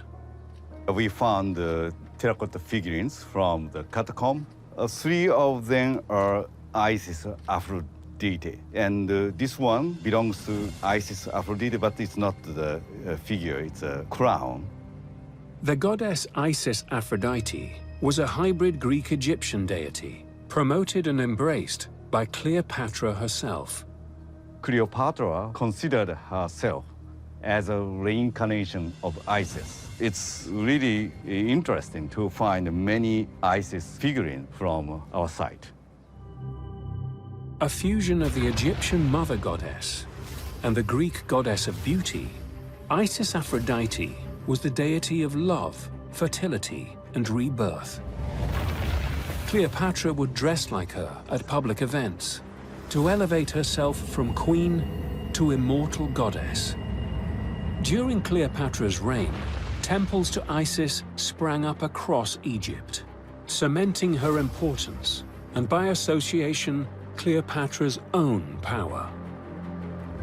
Isis had such a profound influence on Cleopatra that some say she took her own life in a temple dedicated to the goddess. Egyptian sculpture is usually very stylized, but the statues from Nazomu's tomb are different. So if you look at the appearance, they don't really show the ancient Egyptian traditional artistic style. Instead, you have more like Greek-Roman facial feature with, like this one, the blonde hair. The statues suggest that Cleopatra's subjects buried at Saqqara embraced this melting pot of cultures and aligned themselves with the legend she promoted. Following the success of the excavation inside the catacomb, Nazomu begins a new investigation just outside the entrance, looking for more clues. Oh my God. Something is here. In Luxor, Meredith is exploring the mega-temple complex at Karnak. She is here to investigate one of the most disparaging Roman myths attached to Cleopatra, that she led an extravagant party lifestyle. Horace writes that Cleopatra's mind is crazed with Mariotic wine, and another writes that her tongue is submerged by incessant wine. This emphasis on Cleopatra and her drinking habits would have hit hard for a Roman audience, because to Romans, women weren't supposed to drink, and certainly they weren't supposed to be drunk in public. To find out more about the role of alcohol in ancient Egypt, Meredith investigates a lesser-known part of the Karnak complex, the Temple of Mut. On the shores of a sacred crescent-shaped lake in Karnak, The precinct of Mut covered an area the size of over 15 football fields. Pillared porches, around 65 feet long, led to the towering pylon entrances. Within was an enclosed inner sanctum and two wide-open courtyards, lined with hundreds of dark granite statues of the lion-headed goddess, Sekhmet. This temple was a major ritual center for over 1,000 years, but it was once the focus for a religious celebration that seemed far from holy.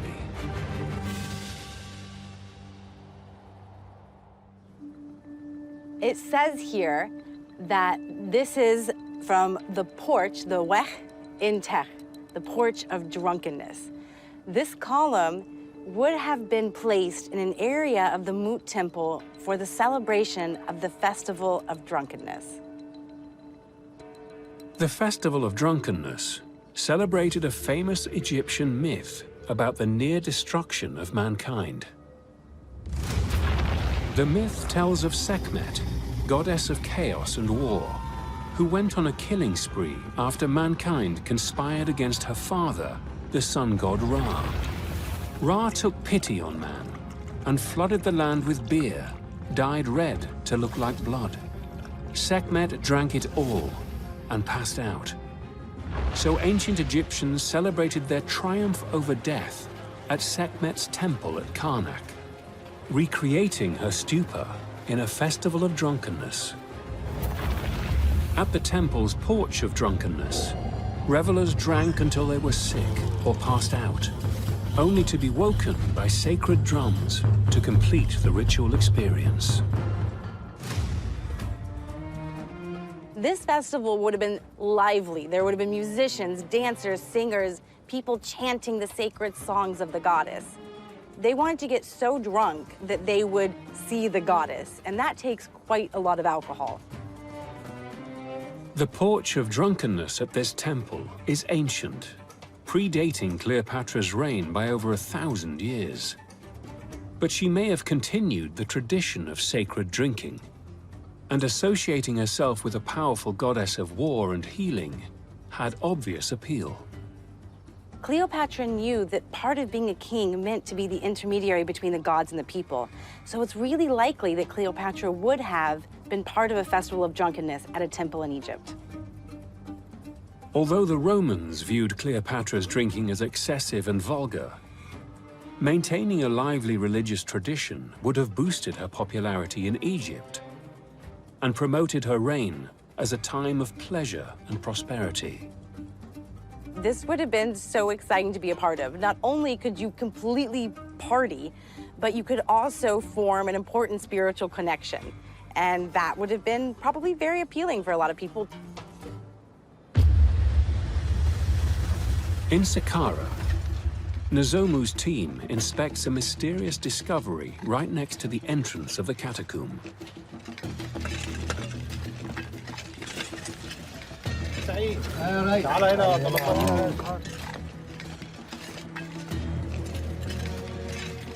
Wow, this mud brick wall. The wall could be part of a previously undiscovered structure. We're gonna extend to see what kind of structure it will be.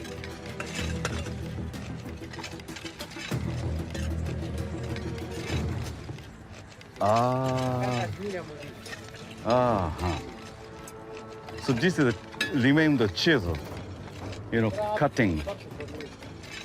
So like digging a tomb. If this structure is another tomb, it would be a major discovery.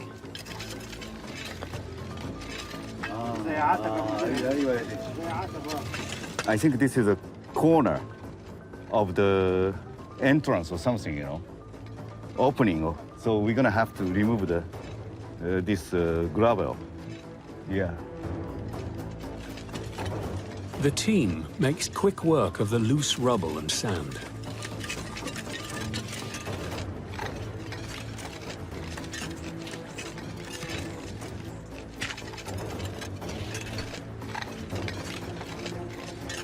Oh my God.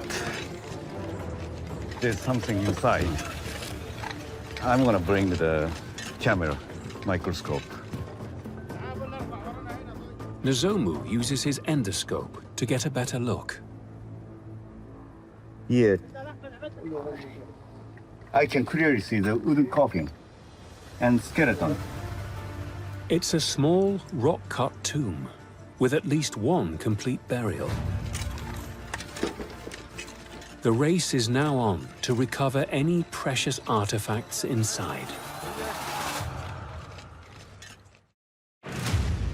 At the Dendera temple complex, Meredith is investigating one of the most malicious stories ever told about Cleopatra, that she was a master manipulator. Meredith wants to find out more about where this idea came from. One of the few images of Cleopatra from the height of her reign is carved into the wall of the temple. Cleopatra was smart in how she depicted herself. So here in Dendera, she's showing herself as an Egyptian goddess, as an Egyptian queen, as an Egyptian ruler. But that's not the only way she showed herself. A coin minted during her reign shows a very different side to Cleopatra. Here she's shown completely Greco-Roman. She has a melon hairstyle with a diadem. She has a very Roman nose, and she's almost seen as a bit masculine. There's a good reason why Cleopatra manipulated her image like this. She didn't just need to persuade her own Egyptian subjects that she was their true queen. She also needed to face down the threat of invasion from the ancient world's biggest superpower, Rome. These coins would have been distributed around Egypt. They would have shown Cleopatra's other side, her ability to speak Greek, her ability to speak Latin, her ability to connect with the Greco-Roman world. At first, Cleopatra kept Rome close by forming an alliance with Julius Caesar. But when Caesar was assassinated in 44 BCE, Cleopatra needed another way to protect her homeland. 3 men now ruled the Roman Empire, one of whom was General Mark Antony. When Caesar died, everything changed. Cleopatra needed to impress a new Roman ruler, General Mark Antony. There are lots of stories about how Cleopatra seduced Mark Antony, but one is particularly revealing. Mark Antony had a reputation for throwing lavish banquets. Cleopatra wagered that she could outdo him. For her first course, she served a large but everyday meal. Mark Antony scoffed at its cheapness. He was certain he had won the bet. But then Cleopatra set down a goblet of vinegar and dropped her enormous pearl earring into it, worth many millions of dollars in today's money. The pearl dissolved in the vinegar, making it the most expensive cocktail in the world. With it, Cleopatra won and sent the general an important message. She's showing Mark Antony that all of this grandeur is something that she has and she controls. If he wants political power, he needs Cleopatra, not the other way around. Cleopatra formed a lasting alliance with Mark Antony that kept Rome at bay.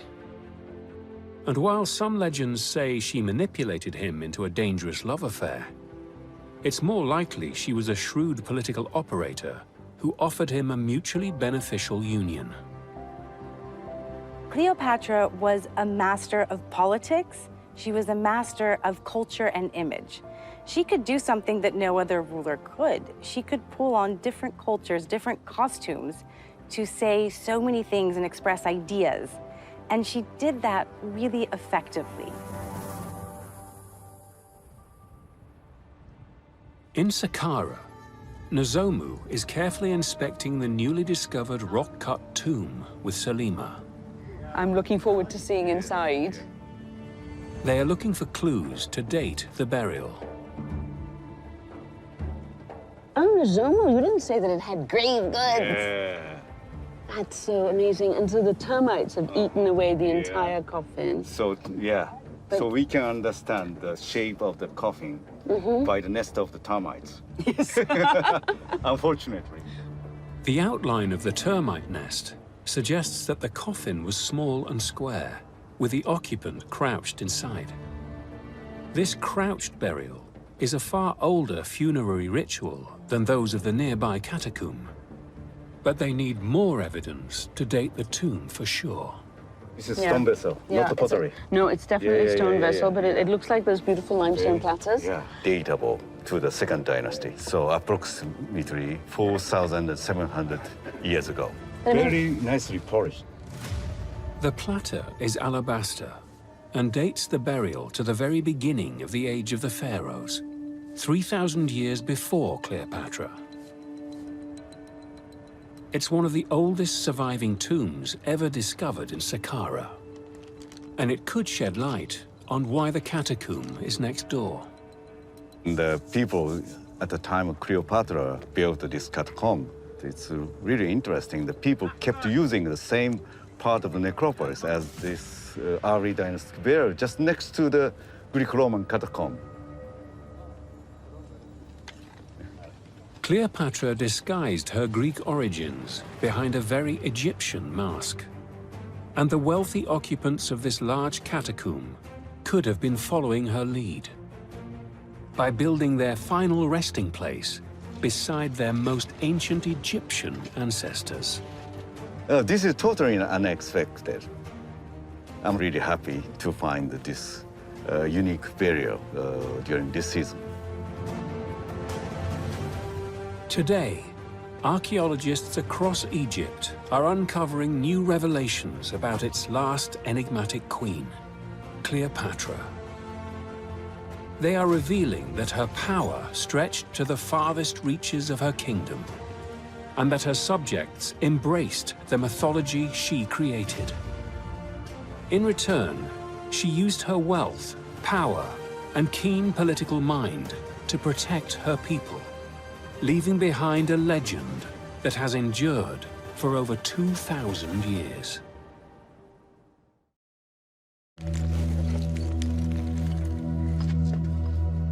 Deep inside a rock-cut tomb in Egypt's far south, an archaeologist is searching for a missing mummy. The surface is full of stones, pottery, human remains. He's hoping to unlock the secrets of a mostly forgotten age of vast megatombs. We have bandages. Okay. Christina, are you there?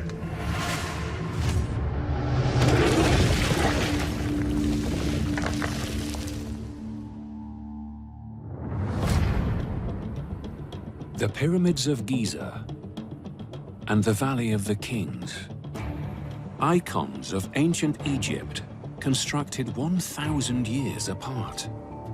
In between, ancient Egyptians built other spectacular but lesser-known tombs. Today, across Egypt, archaeologists are exploring these tombs to find out more about this mysterious period of Egyptian history called the Middle Kingdom.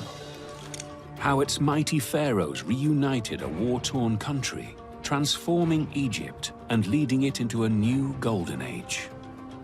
They're also learning why these achievements and incredible tombs have now been mostly forgotten.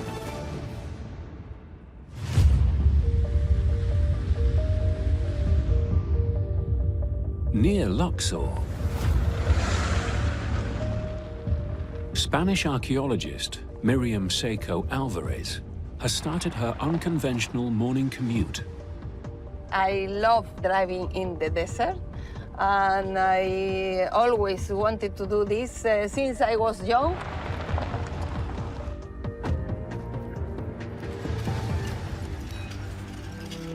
Miriam is excavating a newly discovered Middle Kingdom tomb.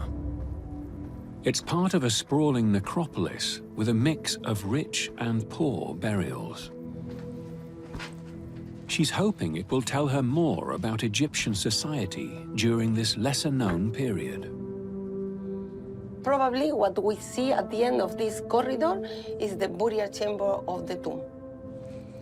I would like to discover who was the man buried here, what was his position.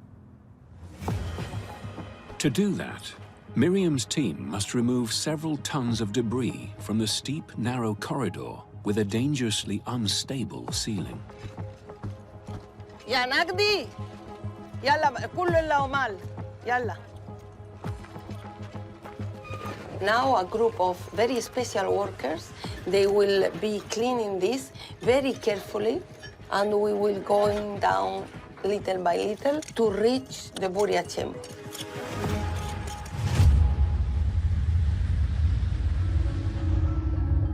Half a mile further north, at Deir el-Bahari, Egyptologist and vintage fashion collector Colleen Garnell is on a mission to explore the megatombs of the Middle Kingdom's pharaohs. She wants to learn more about their rise to power and why they have been forgotten. She begins at the tomb of the very first king of the Middle Kingdom, a pharaoh called Montuhotep II. First looking at this structure, it's quite ruined. But it's 4,000 years old, and when it was new, it would have been quite magnificent. Colleen is exploring exactly what sort of structure Montuhotep built for his tomb. These columns and the overall layout of the architecture indicate that this is a temple. Tucked up against the sheer cliffs of Deir el-Bahari, Montuhotep built a vast terraced temple. Inside, over 200 pillars filled the immense hypostyle halls. The question is, where is the king buried?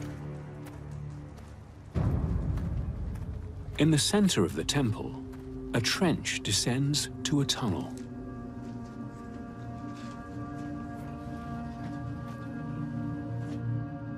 This corridor is cut out of the bedrock in this rough vault shape, and it keeps going. The amount of work that went into this is quite stunning, and I love seeing traces of the original chisel marks right here. This is a marvel of engineering. Wow.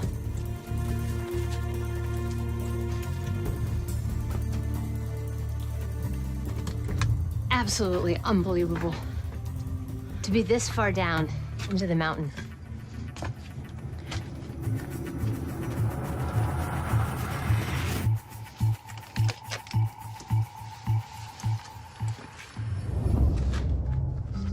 This is magnificent. The most costly stones that you can use in ancient Egyptian building. This is red granite that would have come from Aswan, that they've hauled all the way down this corridor. This is the entrance. This is the entrance to the burial chamber itself.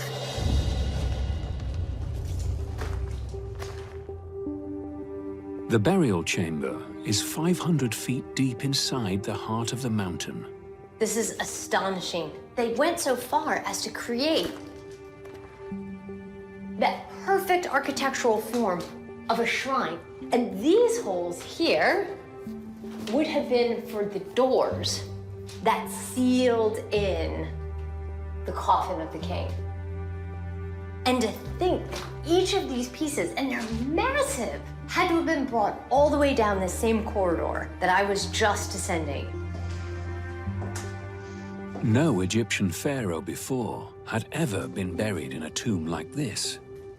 This is a complete departure from tomb architecture in the Old Kingdom. This is not a pyramid. He's signaling that something different has started. During the age of the great pyramid-building pharaohs, a single king ruled over all of Egypt from the northern capital of Memphis. But when the last of these pharaohs died, the kingdom fractured, and rival rulers from the north and south vied for power.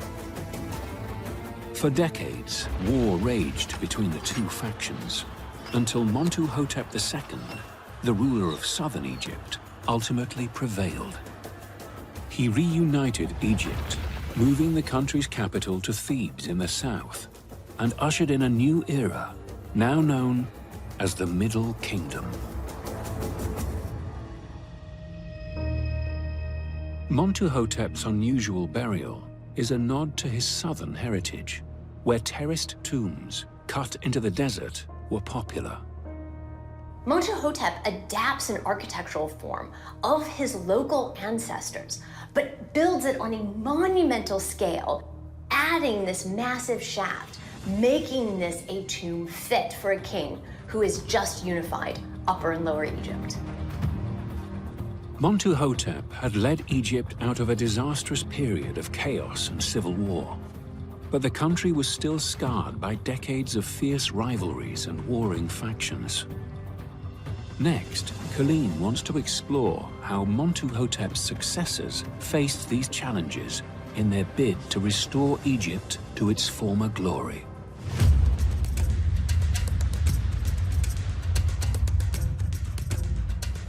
In Aswan,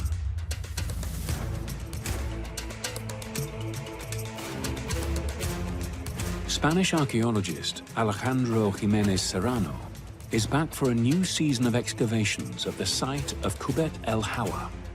I used to tell my youngest daughter that I'm cleaning the desert as a joke. And basically, she used to tell me, "Daddy, good luck cleaning the desert."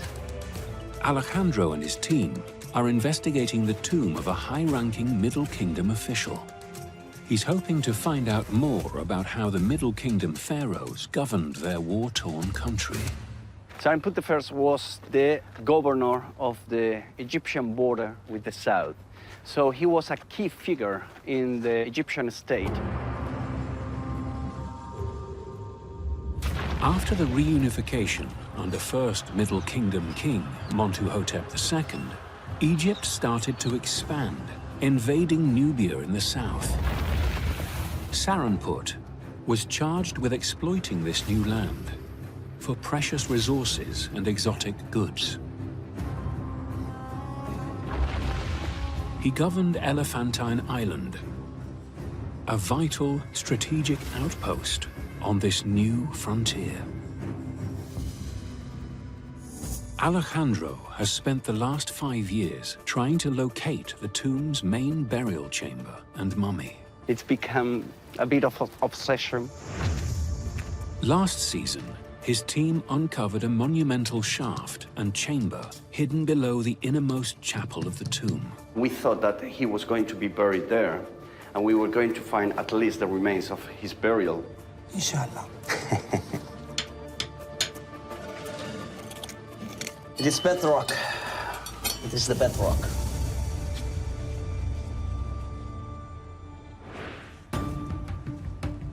Now, Alejandro is back with a new theory. We think that he was buried there, but then removed some years after, relocated in another part of the tomb. And the team have just discovered a promising spot in another corner of the chapel.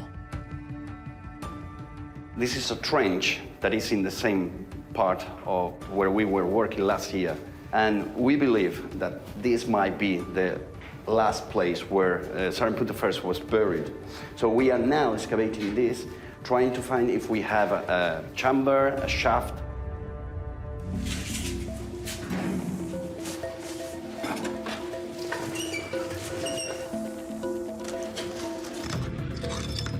Several hours later, the workers have removed enough sand for Alejandro to take a first look. Well, this is a very exciting moment because we do not know what we have behind the sand. Let's go. Ooh, ooh, ooh. It seems, ooh. Ooh. It's big. Huh. In Abydos, Colleen is investigating the tomb of a pharaoh who lived 150 years after the Middle Kingdom was founded, to explore how he restored a war-torn Egypt to its former glory. Absolutely incredible.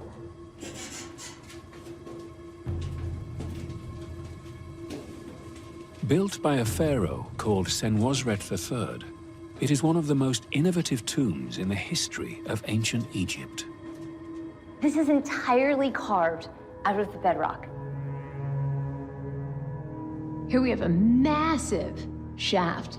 It gives you really an idea of how far below the surface I am here.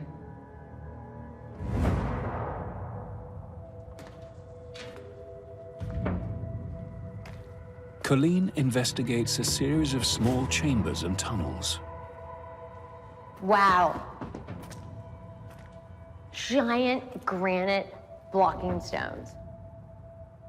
260 feet in, pieces of granite nearly 6 feet tall block the path deeper into the tomb. This is a way of symbolically sealing the royal tomb from any outside influences. It's a good indication that we're on the way to the burial chamber. Colleen explores a roughly cut second tunnel that may have been dug by tomb robbers. It allows her to bypass the sealed corridor. Wow, this is the burial chamber, and look at that sarcophagus at this totally tilted angle, and it's massive. The amount of work that it would have taken to get this far deep into the tomb. Solid pieces of stone, these are monolithic. But the tomb doesn't seem to end at the burial chamber. The sarcophagus is here, but the corridors continue for quite some distance deeper into the tomb. When the king died, workers hid his sarcophagus in a chamber 130 feet underground.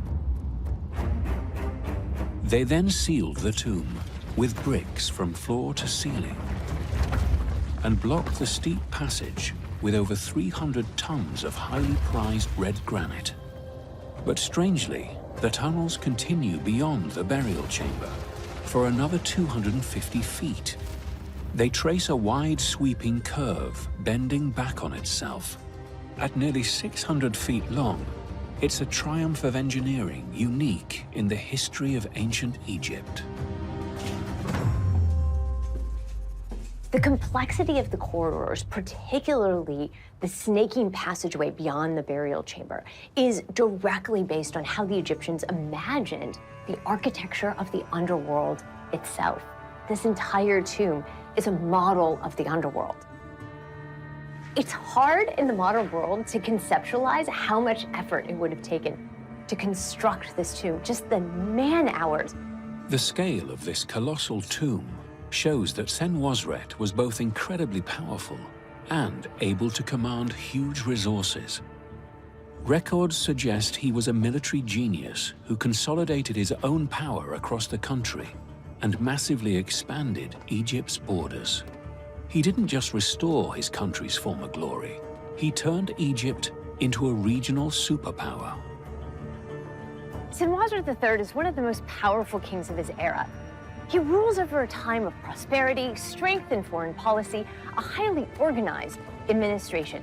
His reign really is a golden age in Egyptian history. But the Middle Kingdom pharaohs weren't done yet. Next, Colleen wants to explore an even more ambitious tomb that contains clues to why these great kings have been mostly forgotten. In Aswan, at the necropolis of Kubet el-Hawa, 6.5 meters. Whew! Huh! Huge! It is huge! Alejandro is searching a previously undiscovered chamber for the remains of Saranput, a high-ranking Middle Kingdom official. The monumentality of this new space, this room, means that someone very important was buried in this area. Saranput's burial could provide new evidence on how the pharaohs governed Egypt during the Middle Kingdom. We need to open more to see what is inside. Yes!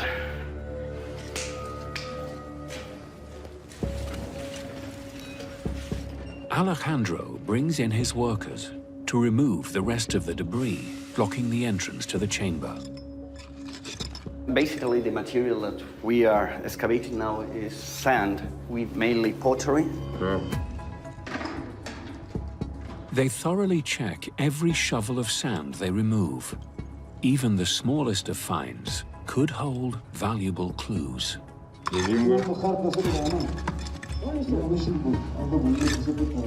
Aha! Ole, Mabruk!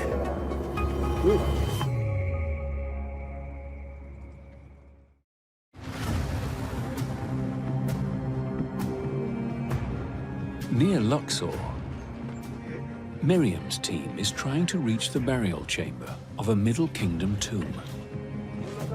Workers are making steady progress, removing rubble from the dangerous sloping shaft. Meanwhile, Miriam joins anthropologist Victoria Peña-Romo to examine an intriguing new find from a chamber near the entrance of the tomb. They want to determine whether it's the skeleton of the tomb owner.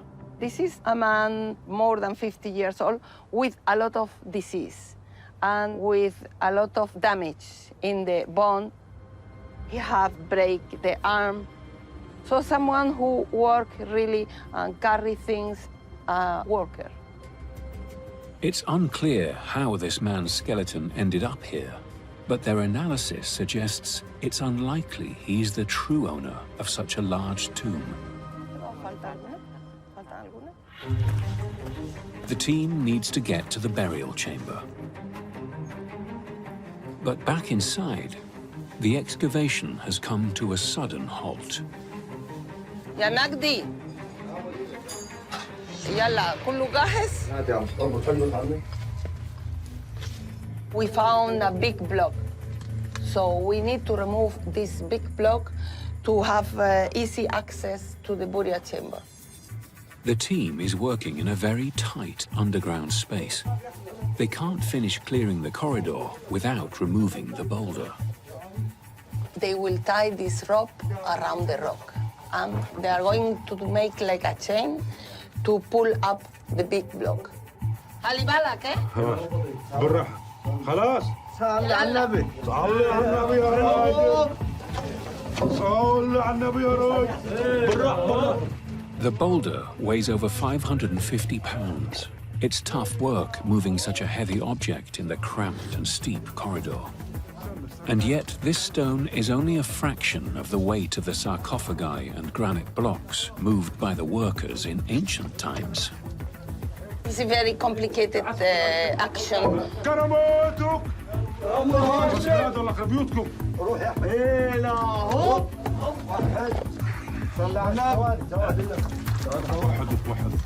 Halfway up, the team hits a major obstacle, an original wall built out of one of the Middle Kingdom's most used materials, mud brick.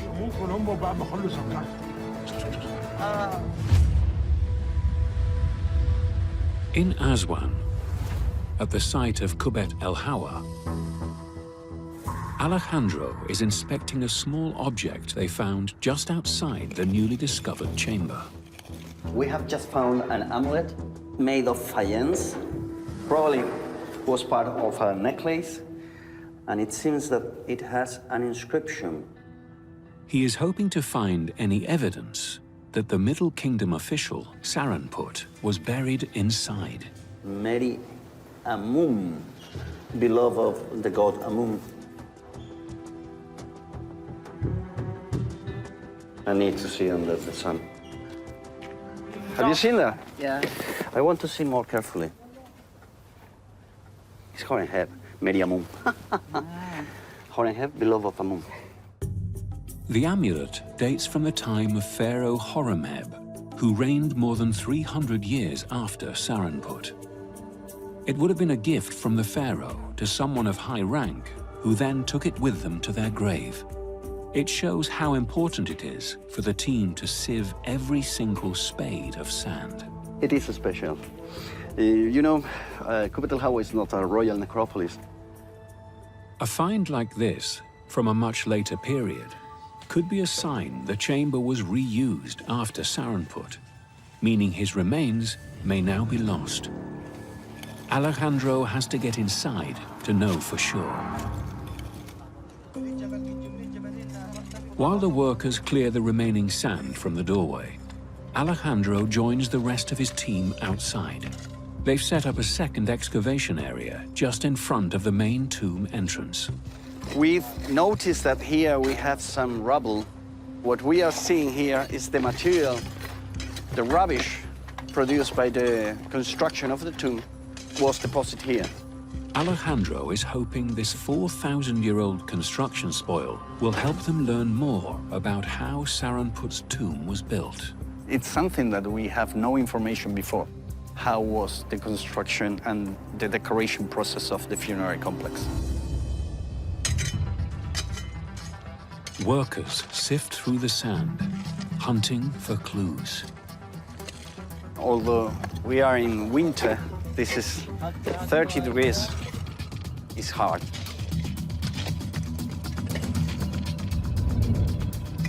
Something. Mabruk.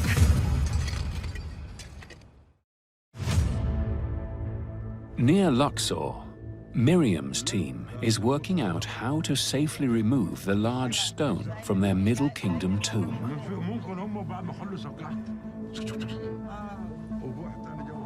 The mud brick wall blocking their way is a symbolic barrier that separated the deceased from the world of the living, much like the granite blocking stones in the huge underground tomb of Senwosret.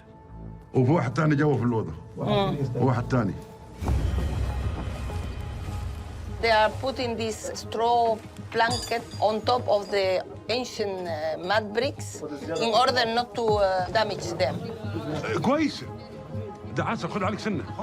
Moving large stones in these narrow tunnels is difficult and dangerous work, just as it was for the original tomb builders. One slip could result in a serious injury. This is always very stressful work when they move big stuff. Aywa, yalla.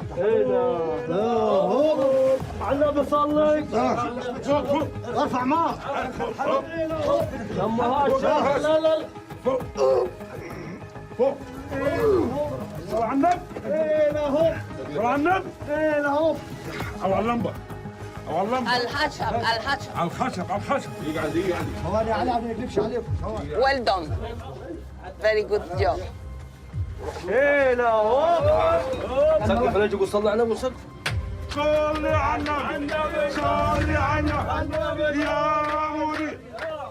The rock is out. Now we have the way free to go inside the burial chamber. We will see now what we have. This moment, it is always the most important and most amazing moment. Oh. We have bodies.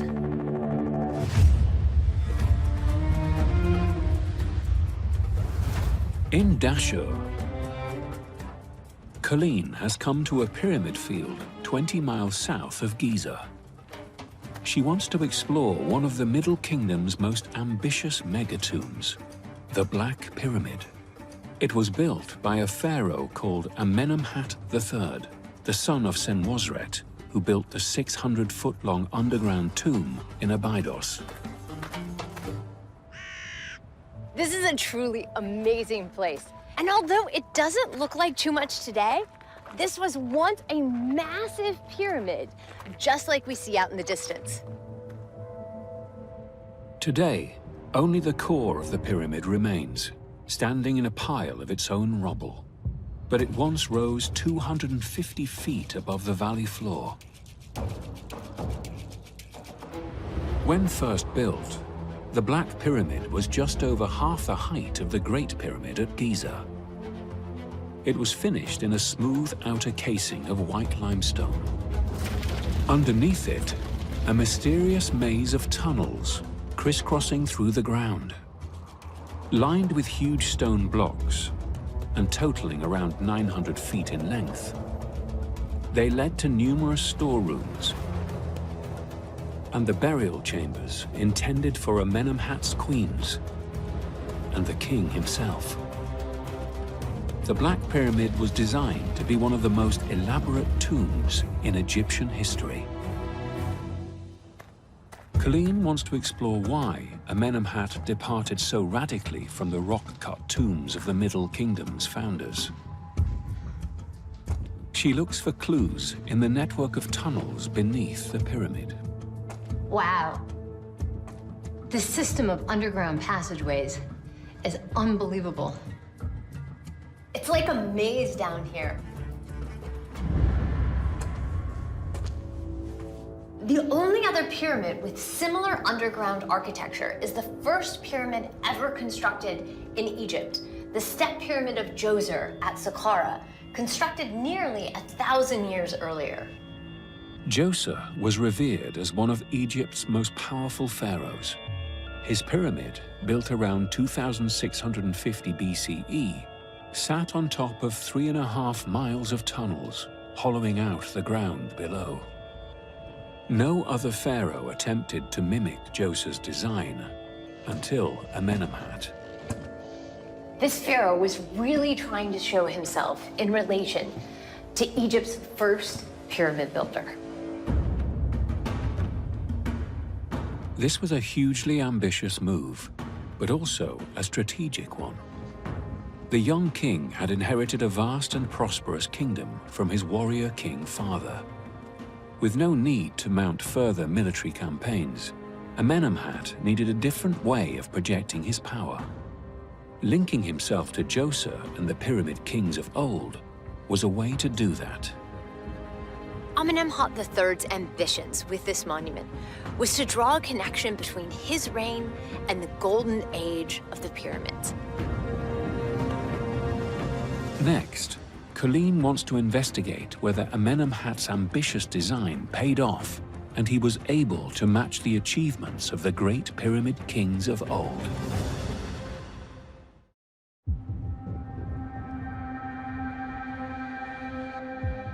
Near Luxor, Miriam is finally entering the burial chamber of the Middle Kingdom tomb.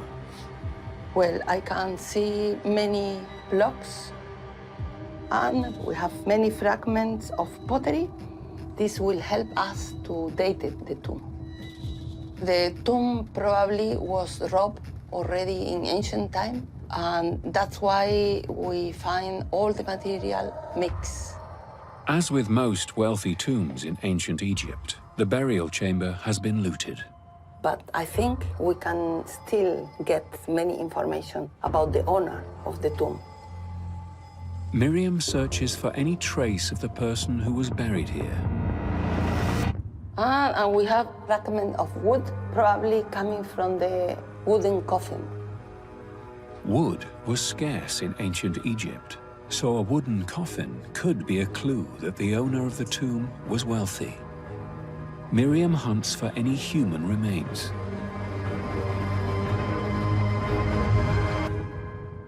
We have a human skull. This skull could be the owner of the tomb. Miriam scours the ground around the skull for any clues to what sort of man this was. I see remains of wood. We have a fragment of a cane belonging to the owner of the tomb. Miriam thinks this could be a section of a ceremonial staff because of its distinctive shape and diameter, similar to staffs found in tombs across Egypt. Only a small section survives in this tomb, but they were often made from expensive imported wood. They were only used by the highest echelons of Egyptian society. The wooden coffin, cane, and sheer scale of the tomb now paint a picture of the sort of person who was buried here. It's a very special tomb. We can guess that the tomb belonged to someone from the high society. This lavish burial is evidence that the success of the Middle Kingdom pharaohs trickled down through Egyptian society and led to the flourishing of a new class of wealthy elites. This is interesting. For us, every discovery adds you information about this important period of the Middle Kingdom.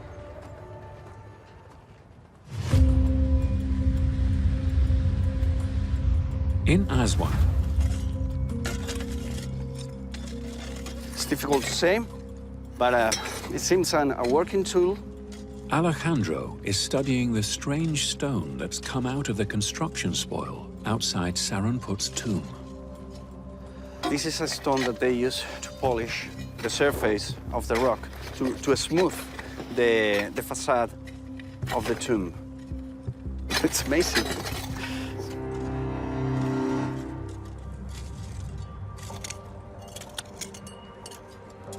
The team searches for more artifacts deeper in the spoil.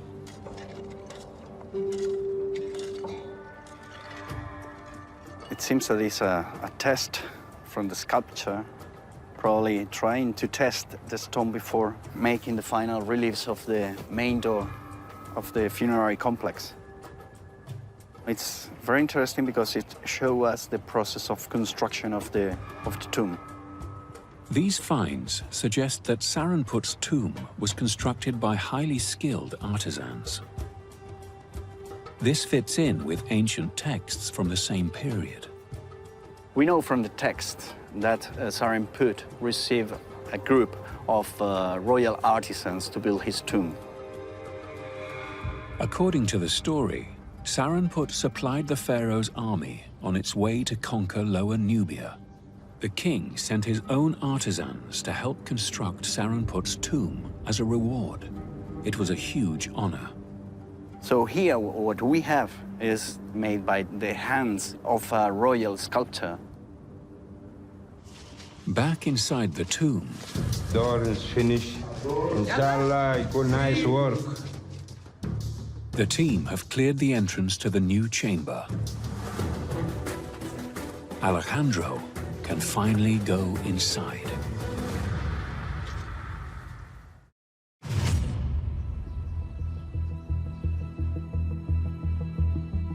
In Aswan, at the site of Kubet al-Hawa, Alejandro is entering the new chamber inside Saranput's tomb. He wants to see whether it contains Saranput's missing body. Well, the surface is full of stones, human remains, pottery. We have bandages. Okay. Alejandro hunts for any clues that will help him date the remains. The pottery seems to date to the New Kingdom. Just like the scarab found outside the chamber, the pottery inside dates to the New Kingdom. This confirms that the chamber was reused centuries after Saranput died, and his remains are nowhere to be found. It's a real pity. Okay.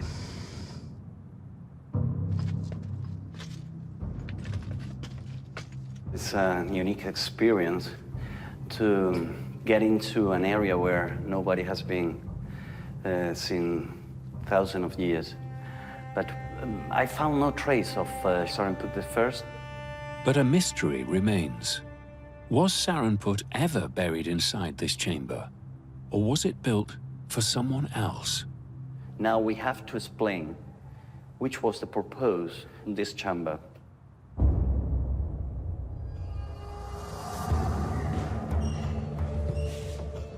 While his team starts processing the material left inside, Alejandro looks for clues in the faded inscriptions throughout the tomb. In the corridor leading towards the chamber,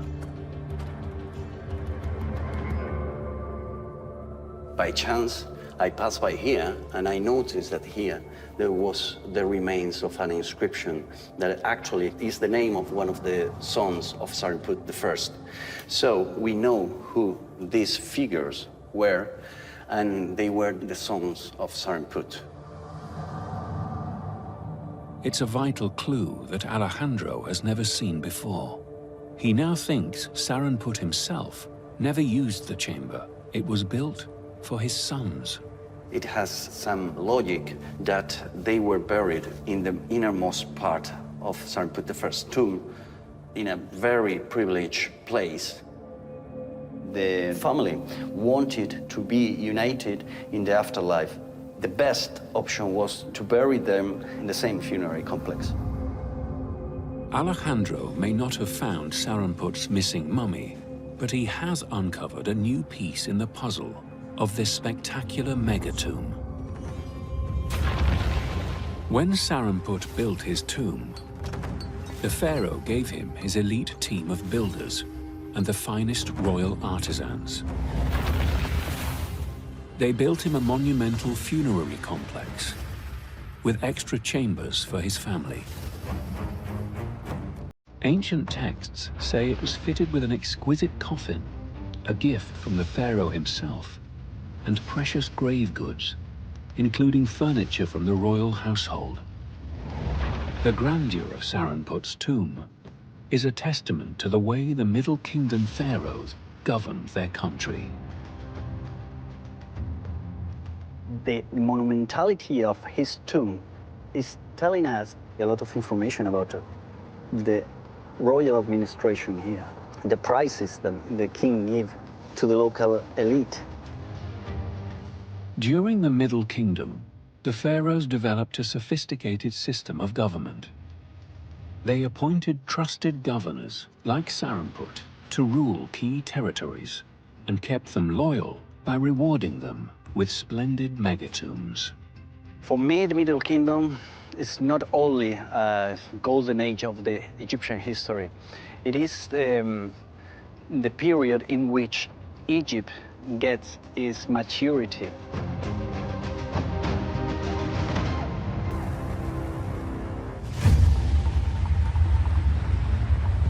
In Dashur,